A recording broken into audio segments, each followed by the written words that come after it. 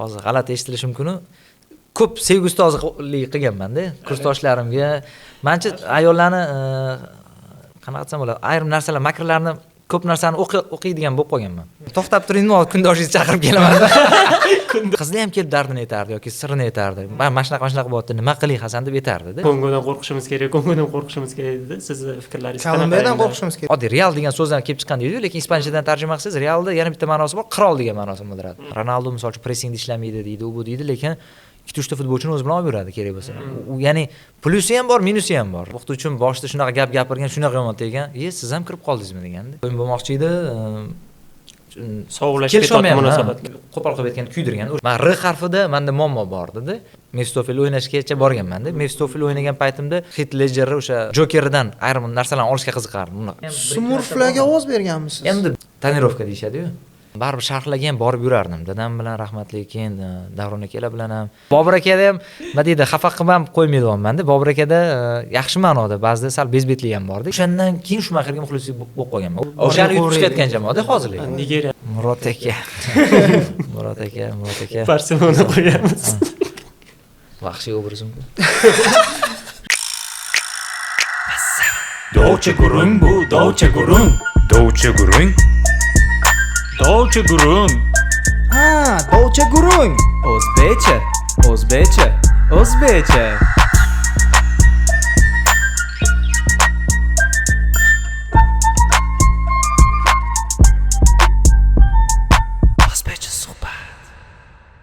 O'zim hayotda futbolchilarning qanaqadir ta'sirli futbolchilar nima deydi, gapirgan gaplari bo'ladi-ku o'zlarini.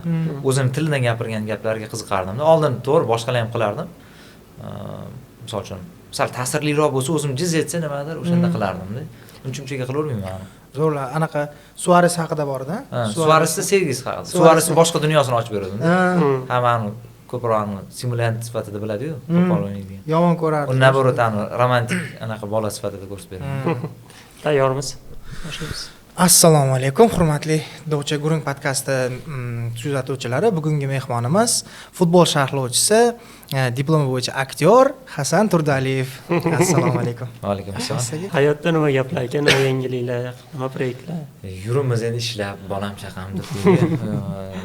Hozircha loyihalar bor-u, vaqt sal to'g'ri taqsimlay olmayman. Baribir qo'ldan kelgancha harakat qilib turaman. Baribir 3 ta kanal hozir bo'lib qoldi. Men Zo'r TVda ham, Setantada ham, sport bilan futbol telekanali. O'shaning uchun ulgurgancha-da. Baribir oila bola chaqa bor. Oilada baribir asosiy erkak, katta erkak bo'lganim uchun ko'pincha o'sha bog'cha, maktab degani ham meni bo'ynimda. Ko'pchilik kuladi o'zi hamkasblarim, hech shu anaqa qilmading deydi. Deydi, xotiningga ishonmading. Faqat o'zing olib borib kelasan deyshadi. Ko'p vaziyatlarda baribir shu ham vaqt olib qo'yadi-da. Kichkina ekanda sizda hozir shunday? Yo'q, kichkina, kattam 3-sinf lekin kichkinalarim bog'chada, ikkitasi, 3ta-da. Lekin bizani yo'llada bolalarni 3-sinf, 4-sinf bo'lsa ham o'zini chiqarib yuborishga qo'rqinchliroq-da. Ham katta yo'ldan o'tadi-da. Qizim o'shaning uchun ham baribir sal ishonmayman. O'zi bir marta zo'r bo'lgan, gapirib bersam, studiyada jonli efirga chiqishimiz kerak. Men jiyanimni chiqarib yubordim. Jiyanim singlim o'g'lida, u 6-sinf, katta endi baribir, bemalol borib singlingni olib kelgin dedim. Bo'pti, olib boraman dedi. Men maktab ko'chasiga tashladim-da, o'zim ishga ketdim. Jonli efirim bor edi, shoshib turganim uchun. Keyin keldimi deb telefon qilsam, yo'q, hali kelmadi deyishdi. Taxminan 1 soat o'tdi ham, hali jonli efir boshlanmayapti. Shoshib kelganman-da, tayyorgarlik ko'rish kerak. Telefon qilaman, yo'q, hali kelmadi dedi. Endi ichimdan o'tgan narsani o'ylayverdim. Shuni ozgina bir 10 minut, 15 minut kech qolsam ham shu olib tashlasam bo'lardi deyman. Xotinim chiqib ketgan, oyim chiqib ketgan uydan hamma qidirib yuribdi mahalla bo'yicha-da. Trevoga bo'lib ketgan. Dahshat bo'lgan. Ham ana qiz bolada. Qizim, u jiyanim ham ishonaman, lekin o'sha paytda qanaqadir hamma narsa kelar ekan esga-da. Hamma narsani o'ylab oladi. Keyin bilsam, oyim kirmasdan o'tib ketgan magazinda bo'lgan ekanda. aynan o'sha magazinda bo'lgan ekan. Ani tortib qolganda yo'lda Wi-Fi bir boradi. Nima qildilar desa, odam ko'p ekan, kutib o'tir deydi. 1 soatda kelmadilaring deyman. 15-20 minutda boradigan joyga 1 soat deganda uyga qaytib kelishibdi-da. U siz taymingiz bo'yicha uyda ovqatlanayotgan bo'lish kerak. Allaqachon uyda bo'lish kerak. Siz ularni o'zlarini anaqasini hisobga olmagansiz. Shaxsiy xohish. Men shunaqa oralig'ida turibman, adashmasam boshlovchi bo'lishim kerak, boshlovchilik kimga bersammikin deb turibman. Qaytib borish haqida o'ylab turibman. Odam yo'qda aksiga olibdi. Ham jonli efir. Dahshat bo'lgandi. O'shanda men ichimdan har xil miyamda har xil fikrlar o'tganda. Isham bo'lmaydi deb. O'qish davringiz haqida gaplashsak, Hasan aka, biz shu paytgacha lekin bilmagandim. Yaqindan bildim. Qayerdan bildim? Rasmiy chiqib qoldi. Bizning o'zimiz ustozimiz Feruza Karayeva o'zlarining kanallariga, ustoshingiz kanallariga joyladilar-da. Yaqinlashtirsam, babuchkalarda o'tiribsiz. Hasan Turdaliyev mana dramada o'qigan ekanlarmi deb anaqa qiziqib qoldim o'shanga. Sizlar ham dramani tugatdinglarmi? Ha, dramani tugatganmiz. Nodira Mahmudovada tugatgan. Nodira pana. Bu bizga ham ozgina dars o'tganlar. O'qish davringiz haqida gapirsangiz, o'zi aktyor bo'lmoqchi bo'lganmisiz? Nima bo'lgan o'sha haqida? Men juda qiziq bo'lgan. IELTSga tayyorlanib yurib, 2 oy qolganda keyin san'at institutiga kirib ketganman. O'zi sal qanaqadir ingliz tiliga qiziqardim, lekin baribir jiz etmaydi, yuragingiz qanaqadir tortmaydi-yu. Yoshligimdan tayyorlanib yurganman ham. O'zi eng qizig'i undan ham oldin litseyda hind tiliga o'qiganman. Umuman boshqa soha, lekin u yerda sharqshunoslikni tanlashga majbur bo'lganimiz ingliz tili haftasiga 4 marta o'rgatilardi. Shuning uchun ham ancha yaxshi litseylardan hisoblanardi. Kollejimiz litsey edi. O'shaning hisobiga ham rahmat o'sha litsey tanlaganmiz. Keyin undan keyin rosa o'ylanib men kursdoshlarim hammasi har xil Westminster deyishardi, Singapur, unga tayyorlanamiz, u deb yurishardi. Mana o'shalar bilan qo'shilib qiziqib, shunga kirsam kerak deb yurib, keyin oxirida dadam aytib qoldilar. Oyim ham dadam ham san'at institutini tugatishgan, dramani tugatishgan. Xohlasang qarab san'at institutiga kirish varianti ham bor deb qoldilar. Birdaniga xo'p dedim-da, nimaga o'sha payti qanaqadir o'ylab ham o'tirmadim. Chunki xohishim unaqa yuqori emasdi. Tilga qiziqaman, lekin keyinchalik u yog'ida nima qilaman degan savol bor edi. O'shaning uchun ham keyin san'at institutiga nima deydi, taklif berganda dadam birdaniga xo'p dedim, 2 oygina tayyorlanib, ijodiydan 40 ballgina olib, kirib ketdim. O'sha yil eslaysizlarmi yo'qmi? X variant bo'lardi-yu oldin. 2012-yil bo'ladimi? Yo'q, 2010. 2010-yil. Umuman X variantlar chiqmagan, hamma bilimi borlar kirib ketgan ko'pchilikda. Men juda ham o'sha paytda omadim kelgan, chunki 40 ball bilan kirish qiyin masala edi u paytda. Ijodiydan 40 ball olish ham qiyin masala lekin. Yo'q, 75 olganlar kirolmay qolib ketganda. Meni yilimda. Men 75 endi shunaqa ko'p, men topshirgan yilimda eng kami 65 turibdi-da. Men 40 ball olganim hisobiga eng pastga o'rinladaman. Ko'pchilik endi haligacha hattoki qarindoshlarim ham aytishadi, oyim bilan kirgizib qo'ygan debdi. Men harakat qilishgan, nima deydi, dadam sal-pal yordam berib o'qituvchi topib bergan, tayyorgarlik ko'rishimga. Lekin ijodiyda ball olib berishga qanaqadir yordam bera olishmagan. Taqalganda bo'lganda, taqalganda bo'lib qolgan, 2 oy qolganda men ham xo'p deganman-da. Shuni hisobiga keyin omad kelib kirib ketib qolganman. Men o'zi ona tili adabiyotga yaxshi tayyorgarlik ko'rganman, keyin tarixda ulgurmaganman. Shunaqa bo'lgan. Bitta anaqa o'sha tayyorgarlik ko'rganimda ona tili adabiyotga agar ulgurmasam bitta harfi belgilar. Hammasini belgilamagan, umuman chiqmasligi mumkin degan. Hammasini bir qilib chiqqanman, tasavvur qiling. 36 ta tarixda. 36 ta savoldan 12 tasi chiqqan. Ya'ni 3 dan bittasini topganman. O'sha hozir hammaga buni tavsiya qilmayman, lekin omadim kelganda o'shanda-da 12 tasi chiqqan. Ona tilidan 21 ta topganman, ish qilib oxirgidan 2-o'ringa kirganman-da. Wow. O'sha omad kelib kirib qolganman. Peshanada yozilgan bo'lgan. O'shanda men to'g'risi kirolmadim deb o'ylab, oyim Navoiydan, o'sha Navoiyga ketib o'rganman. Men baribir kirolmadim. 40 ball bilan qanaqa kiraman, 75 ta tiqilib yotibdi deganman. Ketib o'rganman. Qiziq vaziyat bo'lgan. O'sha payti qishloqda endi katta bo'lganman. Yozda ko'p o'sha xolalarimnikiga, tog'alarimnikiga borardim. O'shda o'tirdim. Singlim telefon qildi-da, eng qizig'i vaziyat ham dahshat bo'lgan. Mollarni to'g'risi men hayvonlarni yaxshi ko'raman-da. Molga yem qilish tayyorlanadi-yu. Yem qorab o'tiribman, kepaklardan. O'sha payt qo'lim kir, telefon qildi singlim. Ha, desam, nima bo'ldi dedimda, javob chiqqani uchun qilganini bilib turibman. Kira olmayapsan dedi, shunda qizil bosib qo'ydim. Bo'ldi. Qolgan gapini eshitmadim. Biz bilardim shuni, san dedimda. Keyin ketma-ket qilib yotibdi, olmayapman. Men uni yupatmoqchi bo'ldi o'ylayapman. Nima olmaysan deydi, kiribsan deb qilmoqchi edim deydi-da. Hazillashma desam, "Yo'q, kiribsan" dedi. Keyin dadamga telefonni berdi, dadam kiribsan dedilar. Keyin gapirmadilar dadamda. Nima bo'ldi, nima desam, dadam yig'ladilar dedi. Ya'ni yordam bera olmasam ham kirib ketibdi deb sal anaqa qilgan, ketib qolibdilar-da. O'shandan keyin yomon ichimdan nima deydi, boshqacha tuyg'ular o'tgan, o'sha haligacha esimda qolib ketganda, akam bilan xolam o'g'lida. Kiribman desam, yo'q edilar. Men kira olmaganman 100% deb turibman-da. O'shanda olmadim, kelib kirib ketib qolgan. Chunki o'shanda X variantda chiqmagan. X variant menga ham berishgan, hamma joyga tarqab ketgan. Qani, yerda ham yotibdi hamma joyda X variant. Shu darajada ko'p. Oborim birontasi mos kelmayapti. Menga ham tushuntirishgan formulasini. Qarayman, birontasi tushmayapti-da. Bor edi dedimda, o'shani o'ziga bir soat yo'qotganman bor. X variantdan topaman deb juda ko'p vaqtim ketib qolgan. Keyin bir amalab ona tili adabiyotga ulgurganman, qarasam hammadan yig'yapti. Keyin hech bo'lmasa hammasini biqib chiqay dedimda, o'sha biqib chiqib amallab 115 ball bilan kirganman. 115, wow. Sen necha bilan kirgansan? 135. Kontrakt kirganmisiz? Kontrakt uchun chizig'i tepasiga. Menda qani 113 bo'lgan bizda eng kam. Men 115 bilan kirganman. Menda voqea вообще zo'r bo'lgan. Shundoq qarab turibman, anaqa bizda hozir o'sha internet zamoni, chizig'i pastda turibman-da, 27 ta odam kiradi, 28-turibman. Aytadim, bo'ldi, kira olmadim deb depressiyada yotibman. San nima farqi bor, hozir super kontrakt chiqqan, balo chiqqan, nima bo'lardi, u pulni to'laymiz deyapti. Mandat kuni og'aynim o'zimning internetim ishlamayapti. Hamma mandatga kirib yotdi, hech kim kira olmayapti. Og'aynimga telefon qildim, Wi-Fi dan ko'rib ber tez menga. Bitta ko'rdi, kiribsan dedi. Qanaqa dedim, bitta tashlab qarasam 27-turibman. Qanaqa hayronman. Keyin o'qishga bordik, sentyabrda bordik. Shunaqa men 28 tur, 27 ga o'tib qolman desam, bitta bola ham o'zi anaqa olib kelgan ekan. Nima edi? O festivalda yutgan. Festivalda yutganda buning hali 50 desa ham imtihonini topshirgan ekanda u. Uyalar ham kirganda. Festivaldan kirgani uchun keyin ro'yxatdan chiqarib yuborganda men 27 ga o'talib ketgan. Chiziq tepasida. Hamma kontrakt pulini to'lab o'qiganmisizlar? Biz payt ko'pchilik tashlab ham ketganda kontrakt kirgan. O'sha hisobga kontrakt kira olmay qolganlar ham doполнительный ketib qolgan. Siz aytayotgan narsa ham bo'lgan.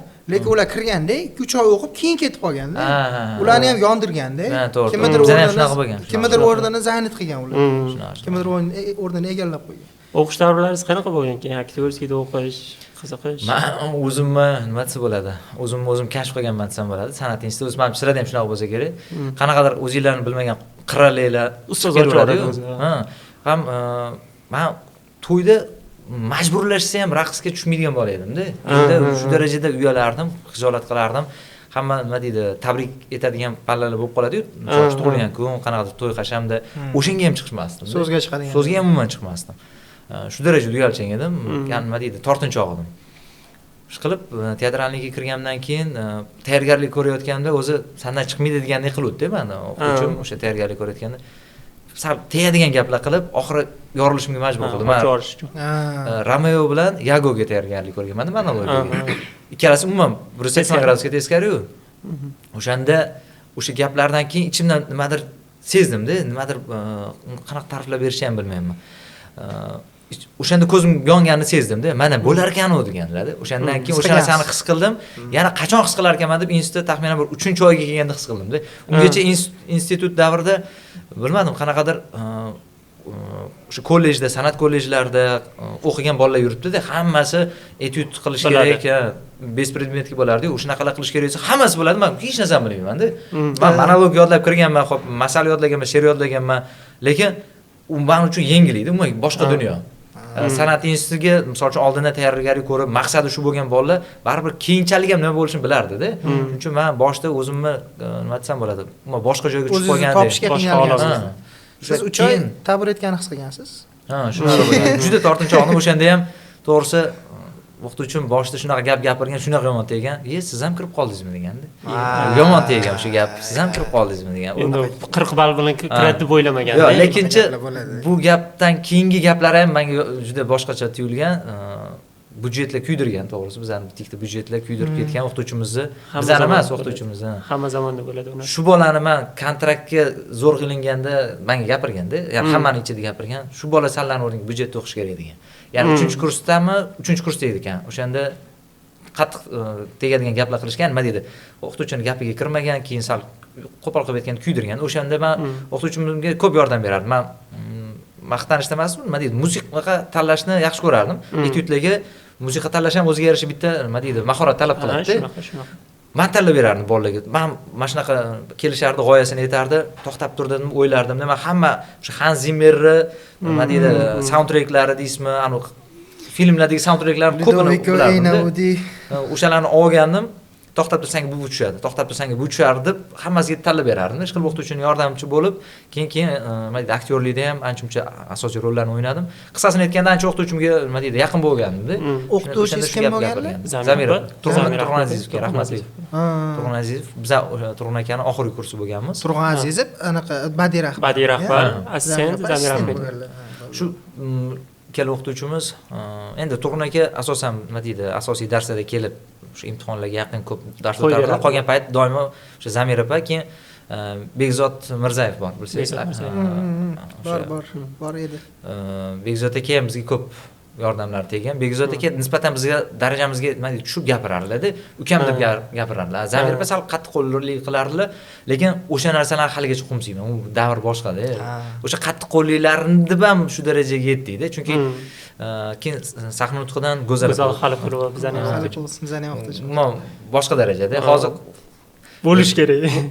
O'sha nima deydi, sahna nutqini hozirgacha men foydasini sezaman. O'sha paytda nima deydi, to'g'risi menga g'alati tuyulardi. Boshida harflarni aytasiz, tez aytishni, keyincha o'sha men R harfida menda muammo bor edi.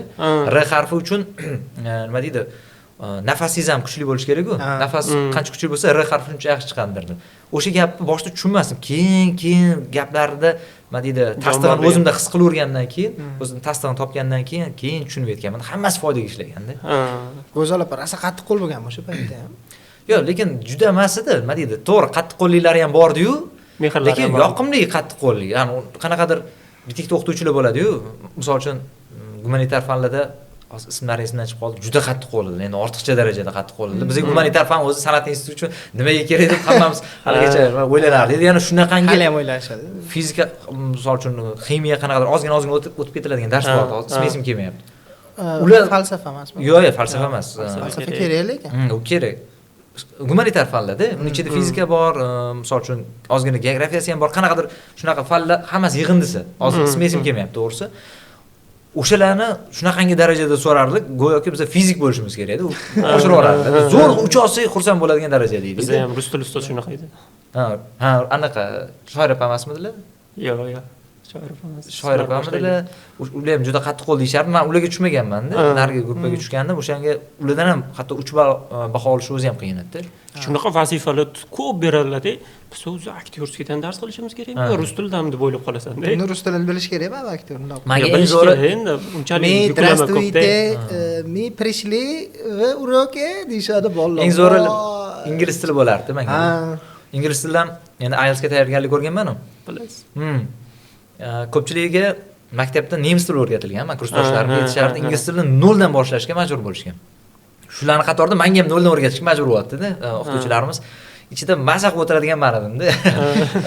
Imtihon bo'ladigan paytda hatto yordamga o'qituvchi qo'yib berardi, to'g'risi. Qanchasiga yordam berishga ulgursang, yordam berdirdi. Endi ulgurmasligingiz aniq, chunki bitta parani o'zi misol uchun bir 8 tami, yo'q 8 ta emas, 12 tami bo'lganmiz-da. 12 tani ichida ulgursam bir 6 ta 7 tasiga ulgurardim. Sani bahoyim misol uchun 3 ga yopayapsanmi? 3 li qilib senga yordam beraman, senga 4 li. Senga 4 li qilib yordam beraman. Birinchi o'zimga tez yechib tashlaymanda, keyin ularga bitta yordam berib chiqardim. Qo'ldan kelgancha-da. Lekin shunda ham baribir hammaga ulgurmaysiz, kimdir xafa bo'lib qolardi-da. Shunday holat bo'lardi. Lekin maksimal darajada yordam berardim. Keyin ingliz tilida keyingi kurslarda borib, endi san'atdan bo'lganligimiz uchun ingliz tilida qo'shiq yodlab kelinglar deyishardi. Men o'zi Enrique Iglesiasman. Enrique Iglesias. 2-3 ta qo'shiqni aytib berardim, bo'ldi, 5. Keyin senga oson bo'lib qoldi deyishdi-da, keyin qiyroq qo'shiqlarni berish boshlashdi. Anaqa qo'shiq bor, mashhur qo'shiq. Eski qo'shiqlardan-da, ish qilib Frank Sinatra. Yo'q, jam unchalik darajada emas. Something in the night.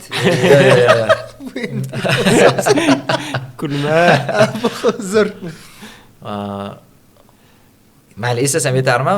Eski qo'shiqlarda qo'shiqlardan qo'shiq ham aytib bergansiz, rosa chiqib ha, aylanadi. tribunada o'sha Enrikeni aytib bergandim, Enrikeni. Ishqilib o'shani bitta aytib berardim yoki bo'lmasa bitta monologini ingliz tilida aytib bergan. Menga sal qiyinroq vazifa berishardi. O'shani aytib berardim yoki monolog aytib berardim, keyin beshidi. Ishqilib ingliz tilida juda oson. Rollar qanaqa rol o'ynagansiz? Kimlar rolni o'ynagansiz? Oxir diplom spektaklida Yagon o'ynadim, Otelloni qo'yganmiz. Zo'r. Keyin undan oldingisida Mefistofel o'ynaganman Faustda. O'zi nimagadir sal salbiy rollarga juda qiziqardim. Qanaqadir uni o'zini haqiqatan topib olishga harakat qilardim-da. Hozir o'ynasam endi umuman boshqacha o'ynayman. O'sha paytda baribir sal o'sha yosh darajasida, o'sha tajribadan kelib chiqib, o'sha hayotiy tajribadan kelib chiqib ko'p narsa o'ynaganmiz-da. Keyin salbiy rollarga doimo, misol uchun, kinolarda antagonistlar bo'ladi-yu. Hammasini haqiqatda nima ekan deb qiziqaman. Haligacha nimagadir antagonistlarni o'zgarishga sababi bo'lishi kerak deb hisoblayman. O'zidan o'zi yomon bo'lib qolmaydi. Hayotdan olsa. O'zidan o'zi yomon. O'shaning uchun ham o'sha davrda, inst davrda ham antagonistlarga ko'p qiziqardim. Даже o'sha Mefistofel o'ynashgacha borganman-da. Mefistofel o'ynagan paytimda men Heath Ledger o'sha Jokerdan ayrim narsalarni olishga qiziqardim. Mimikalari. Keyin ko'rganmisizlar? Ko'rgan bo'lishingiz kerak, o'sha Prison Break bo'lardi-yu. Побег из тюрьмы. O'shanda aktyor bor. Tilini chiqarib qilaveradi. Qo'li kesilib ketadi. O'shani qiliqlarini olishga harakat qilardim. Yomon yoqadi o'sha aktyor bor. Uni ham haqiqati bordi, ming to'g'ri u nima deydi? O'shanaqa. O'shanaqa bo'lsa ham, lekin uni o'zini tabiati o'sha sababchi bo'lib qolgan otasi bo'ladi. Misol uchun, uni ham sababchisi bo'ladi. Hamma narsaga nimadir sabab bor. Shuning uchun ham o'sha antagonistlarga qanaqadir qiziqardim. Lekin o'zi aslida faqat antagonist o'ynamaganman. Boshqa salbiy emas, o'sha ijobiy rollar ham bo'lgan. Misol uchun, hikoyalardan anaqani qo'yganmiz. Bekat nazoratchisi bo'lgan Pushkin asari bor. O'shanda otasini, qizini o'g'irlab ketishadi, lekin o'g'irlab ketgan odam hozir asar to'g'risi aniq esimda yo'q, yaxshi ko'rib qolgan bo'ladi. Ya'ni otasi uni nima deydi, yovuz maqsadda o'g'irlab ketdi deb o'ylaydi, qarasa u keyin borib qarasa, qizi rostdan ham yaxshi ko'rib qolgan bo'ladi. Qizi ham keyin uni yaxshi ko'rib qolgan bo'ladi, keyin majbur tashlab ketadi. Bo'ldi, qizim baxtli ekan deb, lekin otani yagona qizi bo'ladi u. O'sha otani o'ynaganman, o'shanda rosa maza qilib o'ynaganman, lekin chunki keladi, o'sha gap so'z qiz bo'lish kerak-ku. U paytlarda ko'p gapirishga qo'ymasdi. Bizda Zamir opa hozir zona molchani deyishadi. Gap so'zsiz bittikda so'zda ishlatishingiz mumkin yoki qanaqadir xatti-harakatlar bilan, mimika bilan chiqarib berishingiz kerak-da. Etyudda maksimal darajada gap gapirmasligingiz kerak. O'sha holati zo'rda, uni turasiz, misol uchun yomon ko'rasiz o'sha odam, lekin kuchingiz yetmasligini ham bilasiz-da unga. O'sha holatda bo'lishingiz kerak. Fikr ko'zingizdan o'tish kerak. O'sha jahl, alam, kuchingiz yetmasligi uchun o'zingizdan jahlingiz chiqsa, o'sha rol ham o'zimga yoqqan. Keyin ko'p bizlar raqslar qo'yardik. Men raqsga aytdim-ku, raqs tushmaganman shu paytgacha to'yda deb. Lekin u yoqqa borgandan keyin men shunaqangi raqs yaxshi ko'rib qoldim. Zamonaviy raqsda ko'proq, zamonaviy raqs shu robot harakatlarini qilishni boshlab, keyin Michael Jacksonga qiziqib qolib, o'shandan keyin deyarli hamma o'sha katta tadbirlar bo'ladi-yu, o'shanda raqsga tushirardik. Ochilishi, yo'q, unaqa emas. Bizlarga aniq bitta nima deydi? Ritmika plastikadami? Yo'q. Mana misol uchun mustaqillik fani bo'lgan, o'shanda biz qarg'alar bo'lganmiz. Humo qushini yulduz o'ynagan Rajab va Kursdoshim bo'lgan. O'shani ham o'zimiz o'qiganmiz. Endi anu davrda bu mustaqillikgacha bo'lgan davrda qilganmiz. O'sha davrlarda qarg'a bo'lib, endi tushundingiz, o'sha xalq qiynagan odamlarni biz o'ynaganmiz. Men o'sha qarg'alarni nima desa bo'ladi? Kattasi bo'lib o'ynaganman. Chunki o'zim tuzib chiqardim-da. Katta qarg'a. Nimadir ma'nosi bor bo'lgan qanaqadir raqs qo'yishga harakat qilardik. Keyin anaqani qo'yganmiz. Suv va olov qilganmiz. Suv olovdan keyin shayton va farishta qilganmiz. Qilib hammasi aralash quralash bo'lib. Keyin o'sha siz ko'rgan rasmda uni ham o'zimiz to'qib tashlaganmiz. Ikkita bola o'rtada shu yulduz bo'lardi. Yaqin kursdoshim Mirzoq degan, uni ham xiyonat qilib olganmiz. Xiyonatni hamchi sababli xiyonat qilganmiz. Ya'ni yonida o'tiradigan qiz boyvachcha, men boyvachchani o'ynaganman, lekin qizga hech qanaqa munosabatim yo'qdi. Nima deydi, yosh yigit u qizda boshqa narsani ko'radi, ish qilib oxiri qiz u bilan ketadi. O'shani biza anaqa bilan ko'rsatib berganmiz. Uni qanaqa harakat desa bo'larkan, nomini bilmas ekanman. Qotib kukla bo'lganmiz. har bitta harakatimiz o'sha qarashlar anaqalar ham hammasi kukladek bo'lganda. Kukla bo'lib, etyud qilganmiz kichik. Umuman gap so'zsiz, faqat musiqa. Musiqa ostida bo'lgan. O'sha ham zo'r chiqqan, ko'pchilik haligacha eslaydi. O'shaning uchun rasmlargacha qo'yib qo'ygan. Bu voqealarni videoga olinganmi? Endi olingani to'g'risi men hozir ham sal bir afsuslanib qolaman, ora-orada hech qiziqmaganman, o'zim yig'maganman shu narsani. Rasmini ham yig'maganman. Kimlardadir kursdoshlarimning rasmi chiqib qolsa tashlab ber deb qo'yaman. O'sha ham o'chib ketadi keyin bor. Hasan Turdaliyevni break dance o'ynaganini ko'rmoqchimiz. Biz yopiq Telegram kanalimiz yopiq. Lekin biza topishimiz mumkin aslida. Yo'q, men break o'ynamaganman. Meniki sal boshqacharoq aytaman, robot. Men qiziqardim. Robot keyin plastik harakatlar. Hozir ham qumsab turasizmi rol o'ynash? Hozir ham qumsab turasizmi o'ynagisi keladi? Endi hozir hech bo'lmaganda dublyajda shu narsani his qilgim keladi, chunki rol o'ynashga endi ancha chiqib qoldim. Baribir sharhlovchi deb ko'pchilik tanidi-da meni. Hozir hattoki bitta kinolarda kichik nima deydi, epizodlarga ovoz bersam ham tanib qolishadi-da. Sharhlovchi ovoz bilan tanib qolganman-da. Masalan, joy keldi Alisher akani aktyor deb tanigan odamlar sharhlovchi deb qabul qila olmadi-yu. Shunga o'xshashroq narsa ekanda bu. Ham dublyajda ham ovoz berib turgan jarayonimda yo sharhlovchiga tortib ketyapti ovozing deyshadi. Qanaqadir qotganmanmi bilmayman, ovozim yoki odamlarga shunaqa bo'lib singib bo'lganmi? Singib bo'lganda. Quloqqa tanish bo'lgan. Va o'zingiz ham o'sha qolipga tushgan bo'lishingiz mumkin. Balki shunaqa ham bo'lishi mumkin. O'shaning uchun ham sindirish uchun ham doim har xil narsalarda nima deydi, ijtimoiy tarmoqlarga qo'yaman videolar. Ta'sirliroq narsalar, sal yuragiga tegadigan narsalar qilishga harakat qilaman. O'shanda sal o'zim hech bo'lmasa o'sha aktyorlikni qumsagan narsalarimni nima deydi chiqara olaman-da. Gibkist yo'qolmasligiga ham yordam beradi. Men shu savolni bermoqchi edim. Kinolarga dublyaj qiziqasizmi? O'zi dublyaj ko'p qilasiz, kinoga ovoz berib ko'rmaganmisiz demoqchi edim-da o'zi. Oldin berganman, mayda-mayda nima deydi, epizodlarda Smurflar degan serial bo'lardi-yu, multfilm. O'shanda Nilufar opa bordilar, dublyaj rejissyori, o'shalar ham chaqirardilar. Bitta to'g'risi keyin vaqt bo'lmadi. Mana hozir ham Frame Studioga ham 1-2 marta bordim. Smurflarga ovoz berganmisiz? Endi bitta o'sha Yovuzga ovoz berganman, quduq bo'ladi bitta, quduq. Quduq bo'ladi. Vashi ko'p emas, 2-3 ta joyga-da, unaqa ko'p bora olmaganman. Keyin Nilufar opa anaqaga chaqirgan, Mr. Bean'ni bittasi bo'lardi-yu, filmi. Johnny English. Yo'q, Johnny English emas. Eskiroqlardan. Oxirida xayrlashayotganda hammaga ko'rsatib ketadi-yu. U anaqa o'zini anaqasimi, miniaturasi. Miniaturaga o'xshagan narsasi. Yo'q, kattaroq film edi u. Yo'q. Hozir aytaman. Oxirdacha rasm o'g'irlashadi, keyin rasmni o'zi chizib ketadi. Bo'ldi. Bin Amerikadami degan. O'shanda doktorlarga ovoz berganman. Mashinaga o'tirib olib bunaqa qilib yuradi-yu. Ha, shuni ko'rsatolmayotgandim. O'sha filmda. O'shanda bitta joylariga ovoz berganman. Ishqilib mayda-mayda kinolarda ovoz berib ko'rdim. Keyin o'zimiz hozir ko'payib ketdi-ku, tonirovka deyshadi-yu. Ya'ni anaqasi yo'q, teksti yo'q. Eshitib turib, o'zidan sal nima deydi, improvizatsiya qilasiz, chunki ruscha qo'shib gapirgan. O'shanaqa joylarda ham tikda ishlab ko'rdim. Meniki emas ekan dedim, chunki gap so'zi eshitilmagan, keyin o'zi holatda emas, siz uni holatda qilib chiqarib berishingiz kerak, u qiyin-da. Qiyin. Tikda joylarda qiynaldim-da. Keyin o'shaning uchun ham meniki emas ekan bu dedim.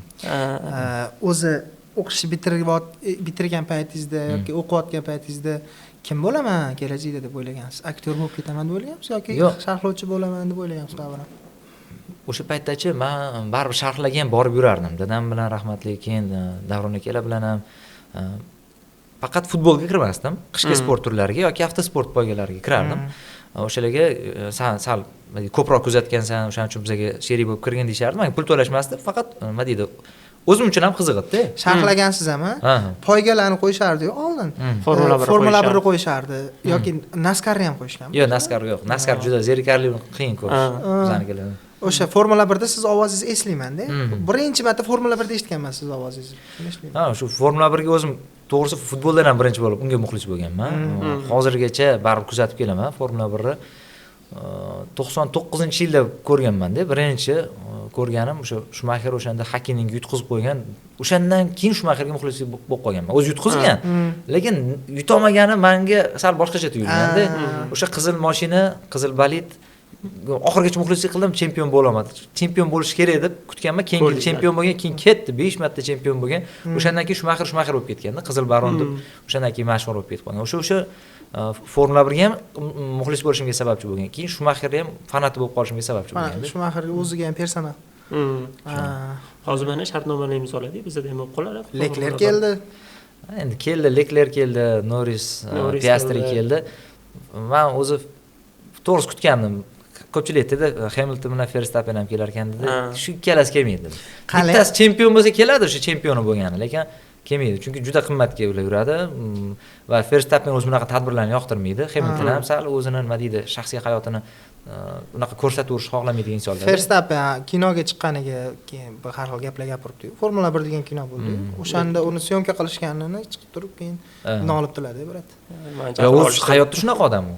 Hayotda o'zi shunaqa. U aksincha o'zi nima deydi, uni ham haqiqati bor, aytdim-ku, uni ham to'g'ri gapirgan joylari bor. Hammasini ham unaqa deb bo'lmaydi. Chunki Formula 1 sal asl Formula 1 ko'rsatmaganda, barib kino qilib bo'rtirilgan joylari ko'p-da. Asl Formula 1 unaqa emas degan ma'noda gapirgan. Sizlar bo'rtirib ko'rsatyapsizlar. Endi shou qilmasa bo'lmaydi endi kino badiylashtirilgan. Misol uchun Brad Pittni unaqa borib turib, nima deydi, bir aylana qolib ketgan paytda qolganlarga xalal bersa, oq-qora bayroq ko'tariladi, bo'ldi, diskvalifikatsiyaga borishadi. Bu yerda bu necha marta qiladi qoida buzishni. U Grand Prixlardan chetlatib tashlashadi agar unaqa qoida buzadigan bo'lsa, o'zi hayotda. Shuning uchun ham hozir aslida men Formula 1 anchadan beri kuzatgan odam sifatida aytishim mumkin, bo'rtirilgan joylari bor-da, lekin Formula 1 haqida olingan film ichida eng zo'ri hozir shu. Eng zo'ri. Men Schumacher haqidagisini ham, Senna haqidagisini ham ko'rdim, Senna haqidagisi ham zo'r chiqqan. U filmlar baribir sal badiylik sal kamroqdi. Mana endi badiylashtirish ko'paydi. Ford Ferrariga qarshi degan film ham olindi-yu. O'sha ham haqiqat asosida olingan. U ham bo'rtirilgan joylari bor, lekin faktlar asosida olingan-da. O'sha ham ko'pchilik auditoriyaga yoqqanligi uchun endi Formula 1 shunaqa olib chiqishdi. Hamma sport turlariga o'tishyapti-da. O'zi Verstappenmi, Hamiltonmi? Mangami? Menga Schumacher haligacha, chunki ikkalasidan bittasi ham nima Schumacher rekordini buzib qo'ymasin deb kutaman-da. Hamilton chempion bo'lmoqchi bo'lgan paytda o'sha 8 karra bo'lishiga ozgina qolganda, o'shanda Verstappenga muxlislik qilganman. Schumacherdan men nima deydi, haligacha biror bir poygachani ustun qo'ya olmayman. Sennalarni zo'r deyshadi, men Sennani ko'rmaganman, to'g'risi. Senna nima deydi, halok bo'lgan payti 2 yosh bo'lganman, shunaqa atrofda-da, endi ko'rmaganman o'shaning uchun. Schumacher qilgan ishni Hamilton qilmadi-da. U futboldagi Guardiola deb o'ylayman uni. Ya'ni Hamilton hali unaqa kuchsiz bolidni boshqarib chempion bo'la olgani yo'q. Misol uchun Guardiola ham kuchsiz biror bir jamoani boshqarib qanaqadir karomat ko'rsatgani yo'q. U ham o'zi ham tan oladi, yaxshi joyda. Lekin uni ham o'ziga yarasha nima deydi, qiyin tarafi bor. Katta mas'uliyatni qo'rqmasdan olib, nima deydi, katta bosimni eplaydi. Guardiola'ning qilayotgan ishi ham o'zi qiyin, lekin bu ish qilmagan demoqchiman-da. Hamilton ham xuddi shunaqa, doim kuchli bolidlarda bo'lgan. Mana kuchsizroq bo'lgan Ferrariga keldi. Mana ko'rdik, bironta hattoki podiumga chiqa olmadi bu mavsum. Shohsupaga chiqa olmadi. Qiyin-da baribir uni Schumacher eplagan. Schumacher o'sha Benetton jamoasida ham 2 marta chempion bo'lgan, Benetton kuchli bo'lgan deyishlari mumkin kimlardir, lekin Benetton ham unaqa nima deydi, Williams yoki McLarenlar bilan tengma-teng raqobatlasha oladigan darajada bo'lmagan o'sha payt. Keyin Ferrari bo'lib qaytishiga sababchi bo'lganda Schumacher. U payt Ferrari ancha pastlagan davrlarda. Schumacher o'zi ham mexanik bo'lgan, kelgan kamchiliklarni to'g'rilash haqida nima deydi, doim qo'llab-quvvatlaganda mexaniklarni. Hozir Hamilton kelib tayyor avtomobilga o'tiryapti-da. U boshqa narsa-da. Schumacher o'sha bolidni takomillashtirish jarayonida, keyin Mercedesda ham ishladi. Mixail ketib, qaytib kelib, Mercedesda Rosberg bilan birgalikda ishladi. O'shanda ham ketgandan keyin boshlandi dominantlik Mercedesda. Bilsangiz, Schumacher o'shanda ham Mercedes takomillashishiga yordam bergan asosiy figuralardan bittasi bo'lganda. O'zi anaqa Gigimon, Mercedes va Red Bull bo'lgan. Red Bull, Ferrari ham bo'lgan endi davrida. Undan oldingi davrlarda lekin raqobat bo'lib turgan doim. Yaqqol dominantlik qilgan davr to'g'ri ko'proq Mercedesniki bo'ldi. Mercedes o'sha gibrid davrida o'tib ketib qoldi. O'sha paytda men bilmayman, qanaqadir Hamiltonga hech qanaqa husumatim yo'q, Rosbergga ozgina muxlislik qildim. O'sha Rosberg bir marta olib qo'ydi chempionlikni Hamiltondan. Lekin Hamiltonning ham iste'dodi juda zo'r. Men uni hech yerga urmoqchi emasman. Shunchaki baribir nima Schumacherchi bo'lganim uchun ham ko'proq qanaqadir Hamiltonga avtosport muxlislari uchun ajratilgan qismimiz edi bu. Karrerangizga o'tsak.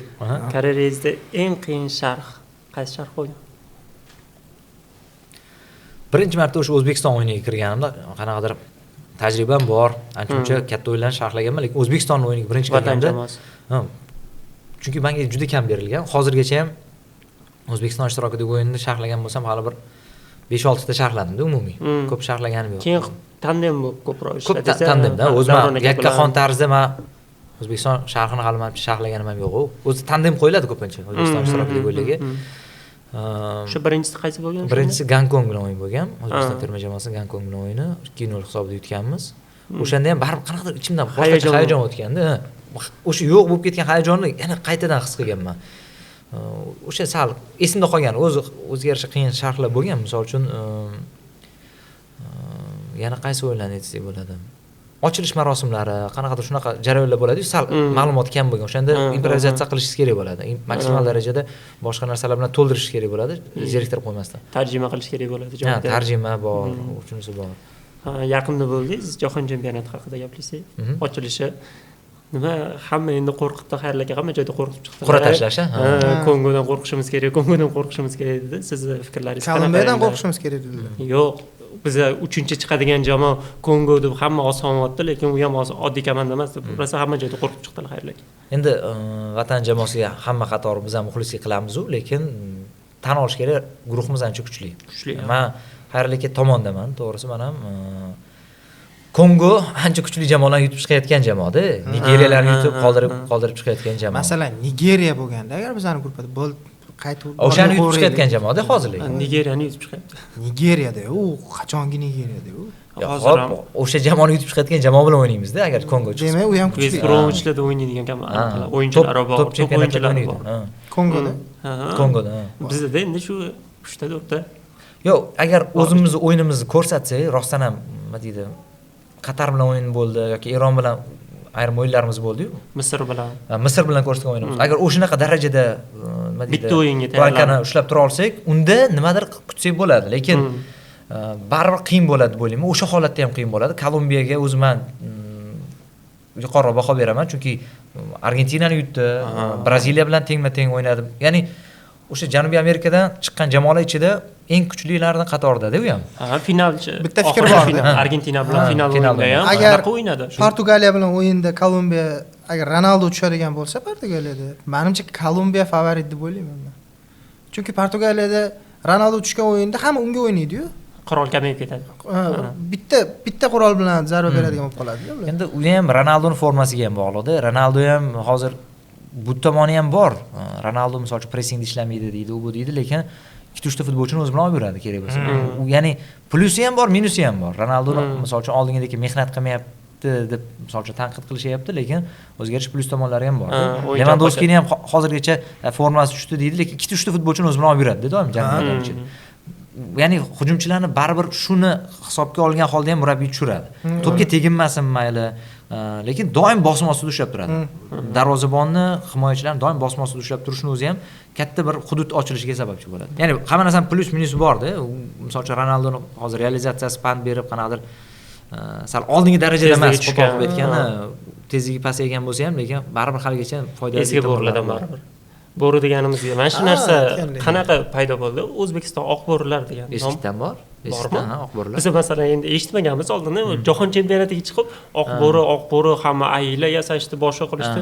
Oq bo'ri bizda o'z hayotda O'zbekistonda bo'ri kam. Undan oq bo'risini qatdan topishdi deb aniq qildi. Sizdan so'raylik. Yo'q, eskitdan hamma jamoalar o'zini nima deydi, laqablari bor. Laqabi bor. Bizaniki oq bo'riligi anchadan beri bor. Keyin misol uchun Qizil iblislar degan laqab ko'pchilik o'ylaydi faqat Manchester Unitedga tegishli deydi-yu. Terma jamoalarda ham bor. O'sha Qizil iblislarda Belgiyani ham aytishadi. Yana bitta terma jamoa bor. Hozir esimda yo'q. Ikkita terma jamoada bor-da Qizil iblislar. Ya'ni bunaqa laqablar hamma jamoada bor. Chunki birinchi laqabi bor, ikkinchi, uchinchi laqabi bor-da ayrim jamoalarda. Misol uchun yana kimmi? Qizil Furiya bor. Ispaniyalik. Ayrimlarniki bitta yaqqol ajralib turadigan bor. Uchar galantlarga o'xshagan. Kimlarnikidir 2-3 ta, misol uchun lollar yurti vakillari deydi. Samuraylar, yaponlar. Hozir aytaman. Barselonaniki ham misol uchun ko'kanoranglar ham deyshadi. Kules ham deyshadi. Keyin yana bitta nomi bor. Realniki ham shunaqada. Real degani o'zi ko'pchilik nima deydi? Oddiy Real degan so'zdan kelib chiqqan deydi, lekin ispanchadan tarjima qilsangiz Realda yana bitta ma'nosi bor, qirol degan ma'nosini bildiradi. Shuning uchun ham qirollik klubi deyiladi. Qirol deyilgan o'zi nomi qirol degan o'zi. Madrid qiroli degan. Shunaqa, u Real degan so'zni Real o'zi qirol qirolda. degan. Madrid quroli bo'ladi shunda, Real Madrid-ku. Madridda quroli demoqchi bu. Ha. Shunaqada, ya'ni ikkita nomi bor demoqchiman-da. Ha, tushunarli. Qaymoq ranglilar ham deyishadi misol uchun. Qaymoq rangli. Ikkita nomi bor-da, ayrimlarning laqablari bor. Demak, anchadan beri bor ekan-da bizda. Bor. Siz yoshligingizda eshitgansiz oqborlarni. Men sharhga kirganimda ko'p hammasi laqabiga endi kirib yurgan paytimda kimning laqabi nima ekan hammaga qiziqib chiqqanda o'shanda bizaniki deb ko'rgandimda. Biz endi eshitganimizga hamma anaqa bo'lib ketdi, g'alati tuyuldi. Birinchi qanaqa oqborlar bizga o'zi bor degan narsa bormi? Bir xil o'shanga qarab qoladi-yu, yetga nima bo'lsa, masalan, o'sha lolalar. Anaqaniki yo'lbarslar misol uchun Koreyaniki. Koreyaniki, anaqasida ham emlamasda ham turadi Koreyaniki. Demak, eng qiyin sharhingiz O'zbekiston terma jamoasi bilan bo'lgan. Oxirgisi hozircha shu-da, lekin o'zi ko'p bo'ladi bunaqa. Misol uchun qiyin sharhlardan katta o'yinlarda baribir o'ziga yarasha mas'uliyati bo'ladi, bosimi bo'ladi. Qiyin deb bo'lmaydi-yu, uni shunchaki mas'uliyati ko'proq o'yinlar deya qolaylik. O'zingiz eng yaxshi ko'radigan sharhingiz-chi? Endi o'zim eng yaxshi ko'radigan deb aytish g'alati-da. Hozir eng yaxshi ko'radigan emas u. O'zim maza qilib sharhlagan desam, men ko'proq APL o'yinlarini sharhlasam ko'proq maza qilaman, chunki ortiqcha misol uchun Real Barselonada doim baribir bosim kuchli bo'ladi. U yerda haligacha nima deydi, 55 ga 45 sharhlaysizda. Ya'ni alohida misol uchun Real Alaves bilan o'ynasa, Realga 55% bo'lmasangiz, muxlisi bo'ldi bu Barsachi ekan. 50-50 qilsangiz ham bo'ldi siz Barsachisiz. 50-50 bu keyin har safar misol uchun Real o'yin sharhlagansiz, siz Realchi ekansiz, Barsani sharhlaysiz, siz Barsachi ekansiz deyuradi. Chunki agar unaqa qilmasangiz, siz aniq teskari ma'lumotdoshlarga qolib ketasizda. O'rtada bo'lishi umuman iloji yo'q bizga. O'rtada APLda bo'lsangiz, APL muxlislari nisbatan tushunadi. Bor endi ichida hamma nima deydi, Real Barsani ham ichida bor, adekvat tushunadiganlari bor, obyektiv baholaydiganlari bor, o'zini o'zi tanqid qila oladiganlar bor.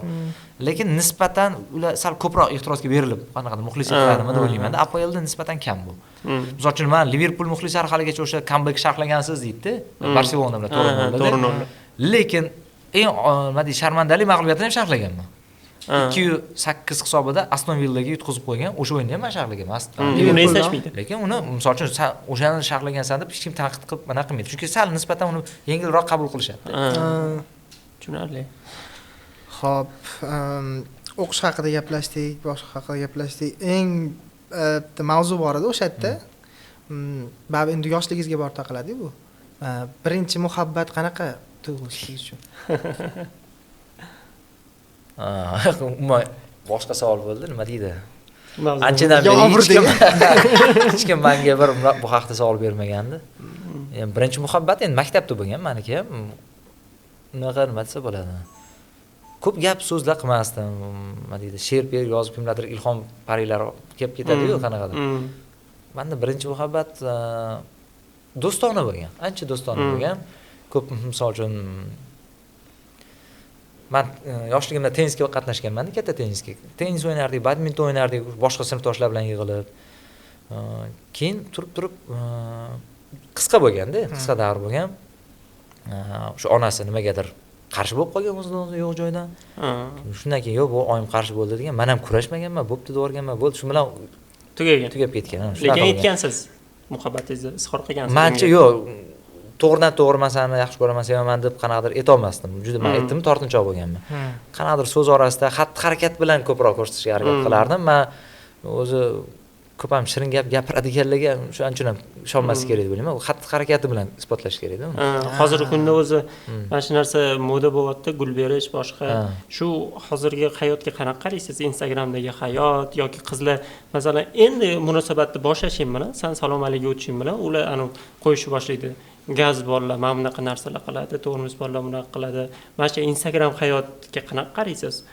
Oldingi hayot qanaqa bo'lgan, hozirgi hayot? Davlat juniga shaxsiy junizlar aralashib olmadi.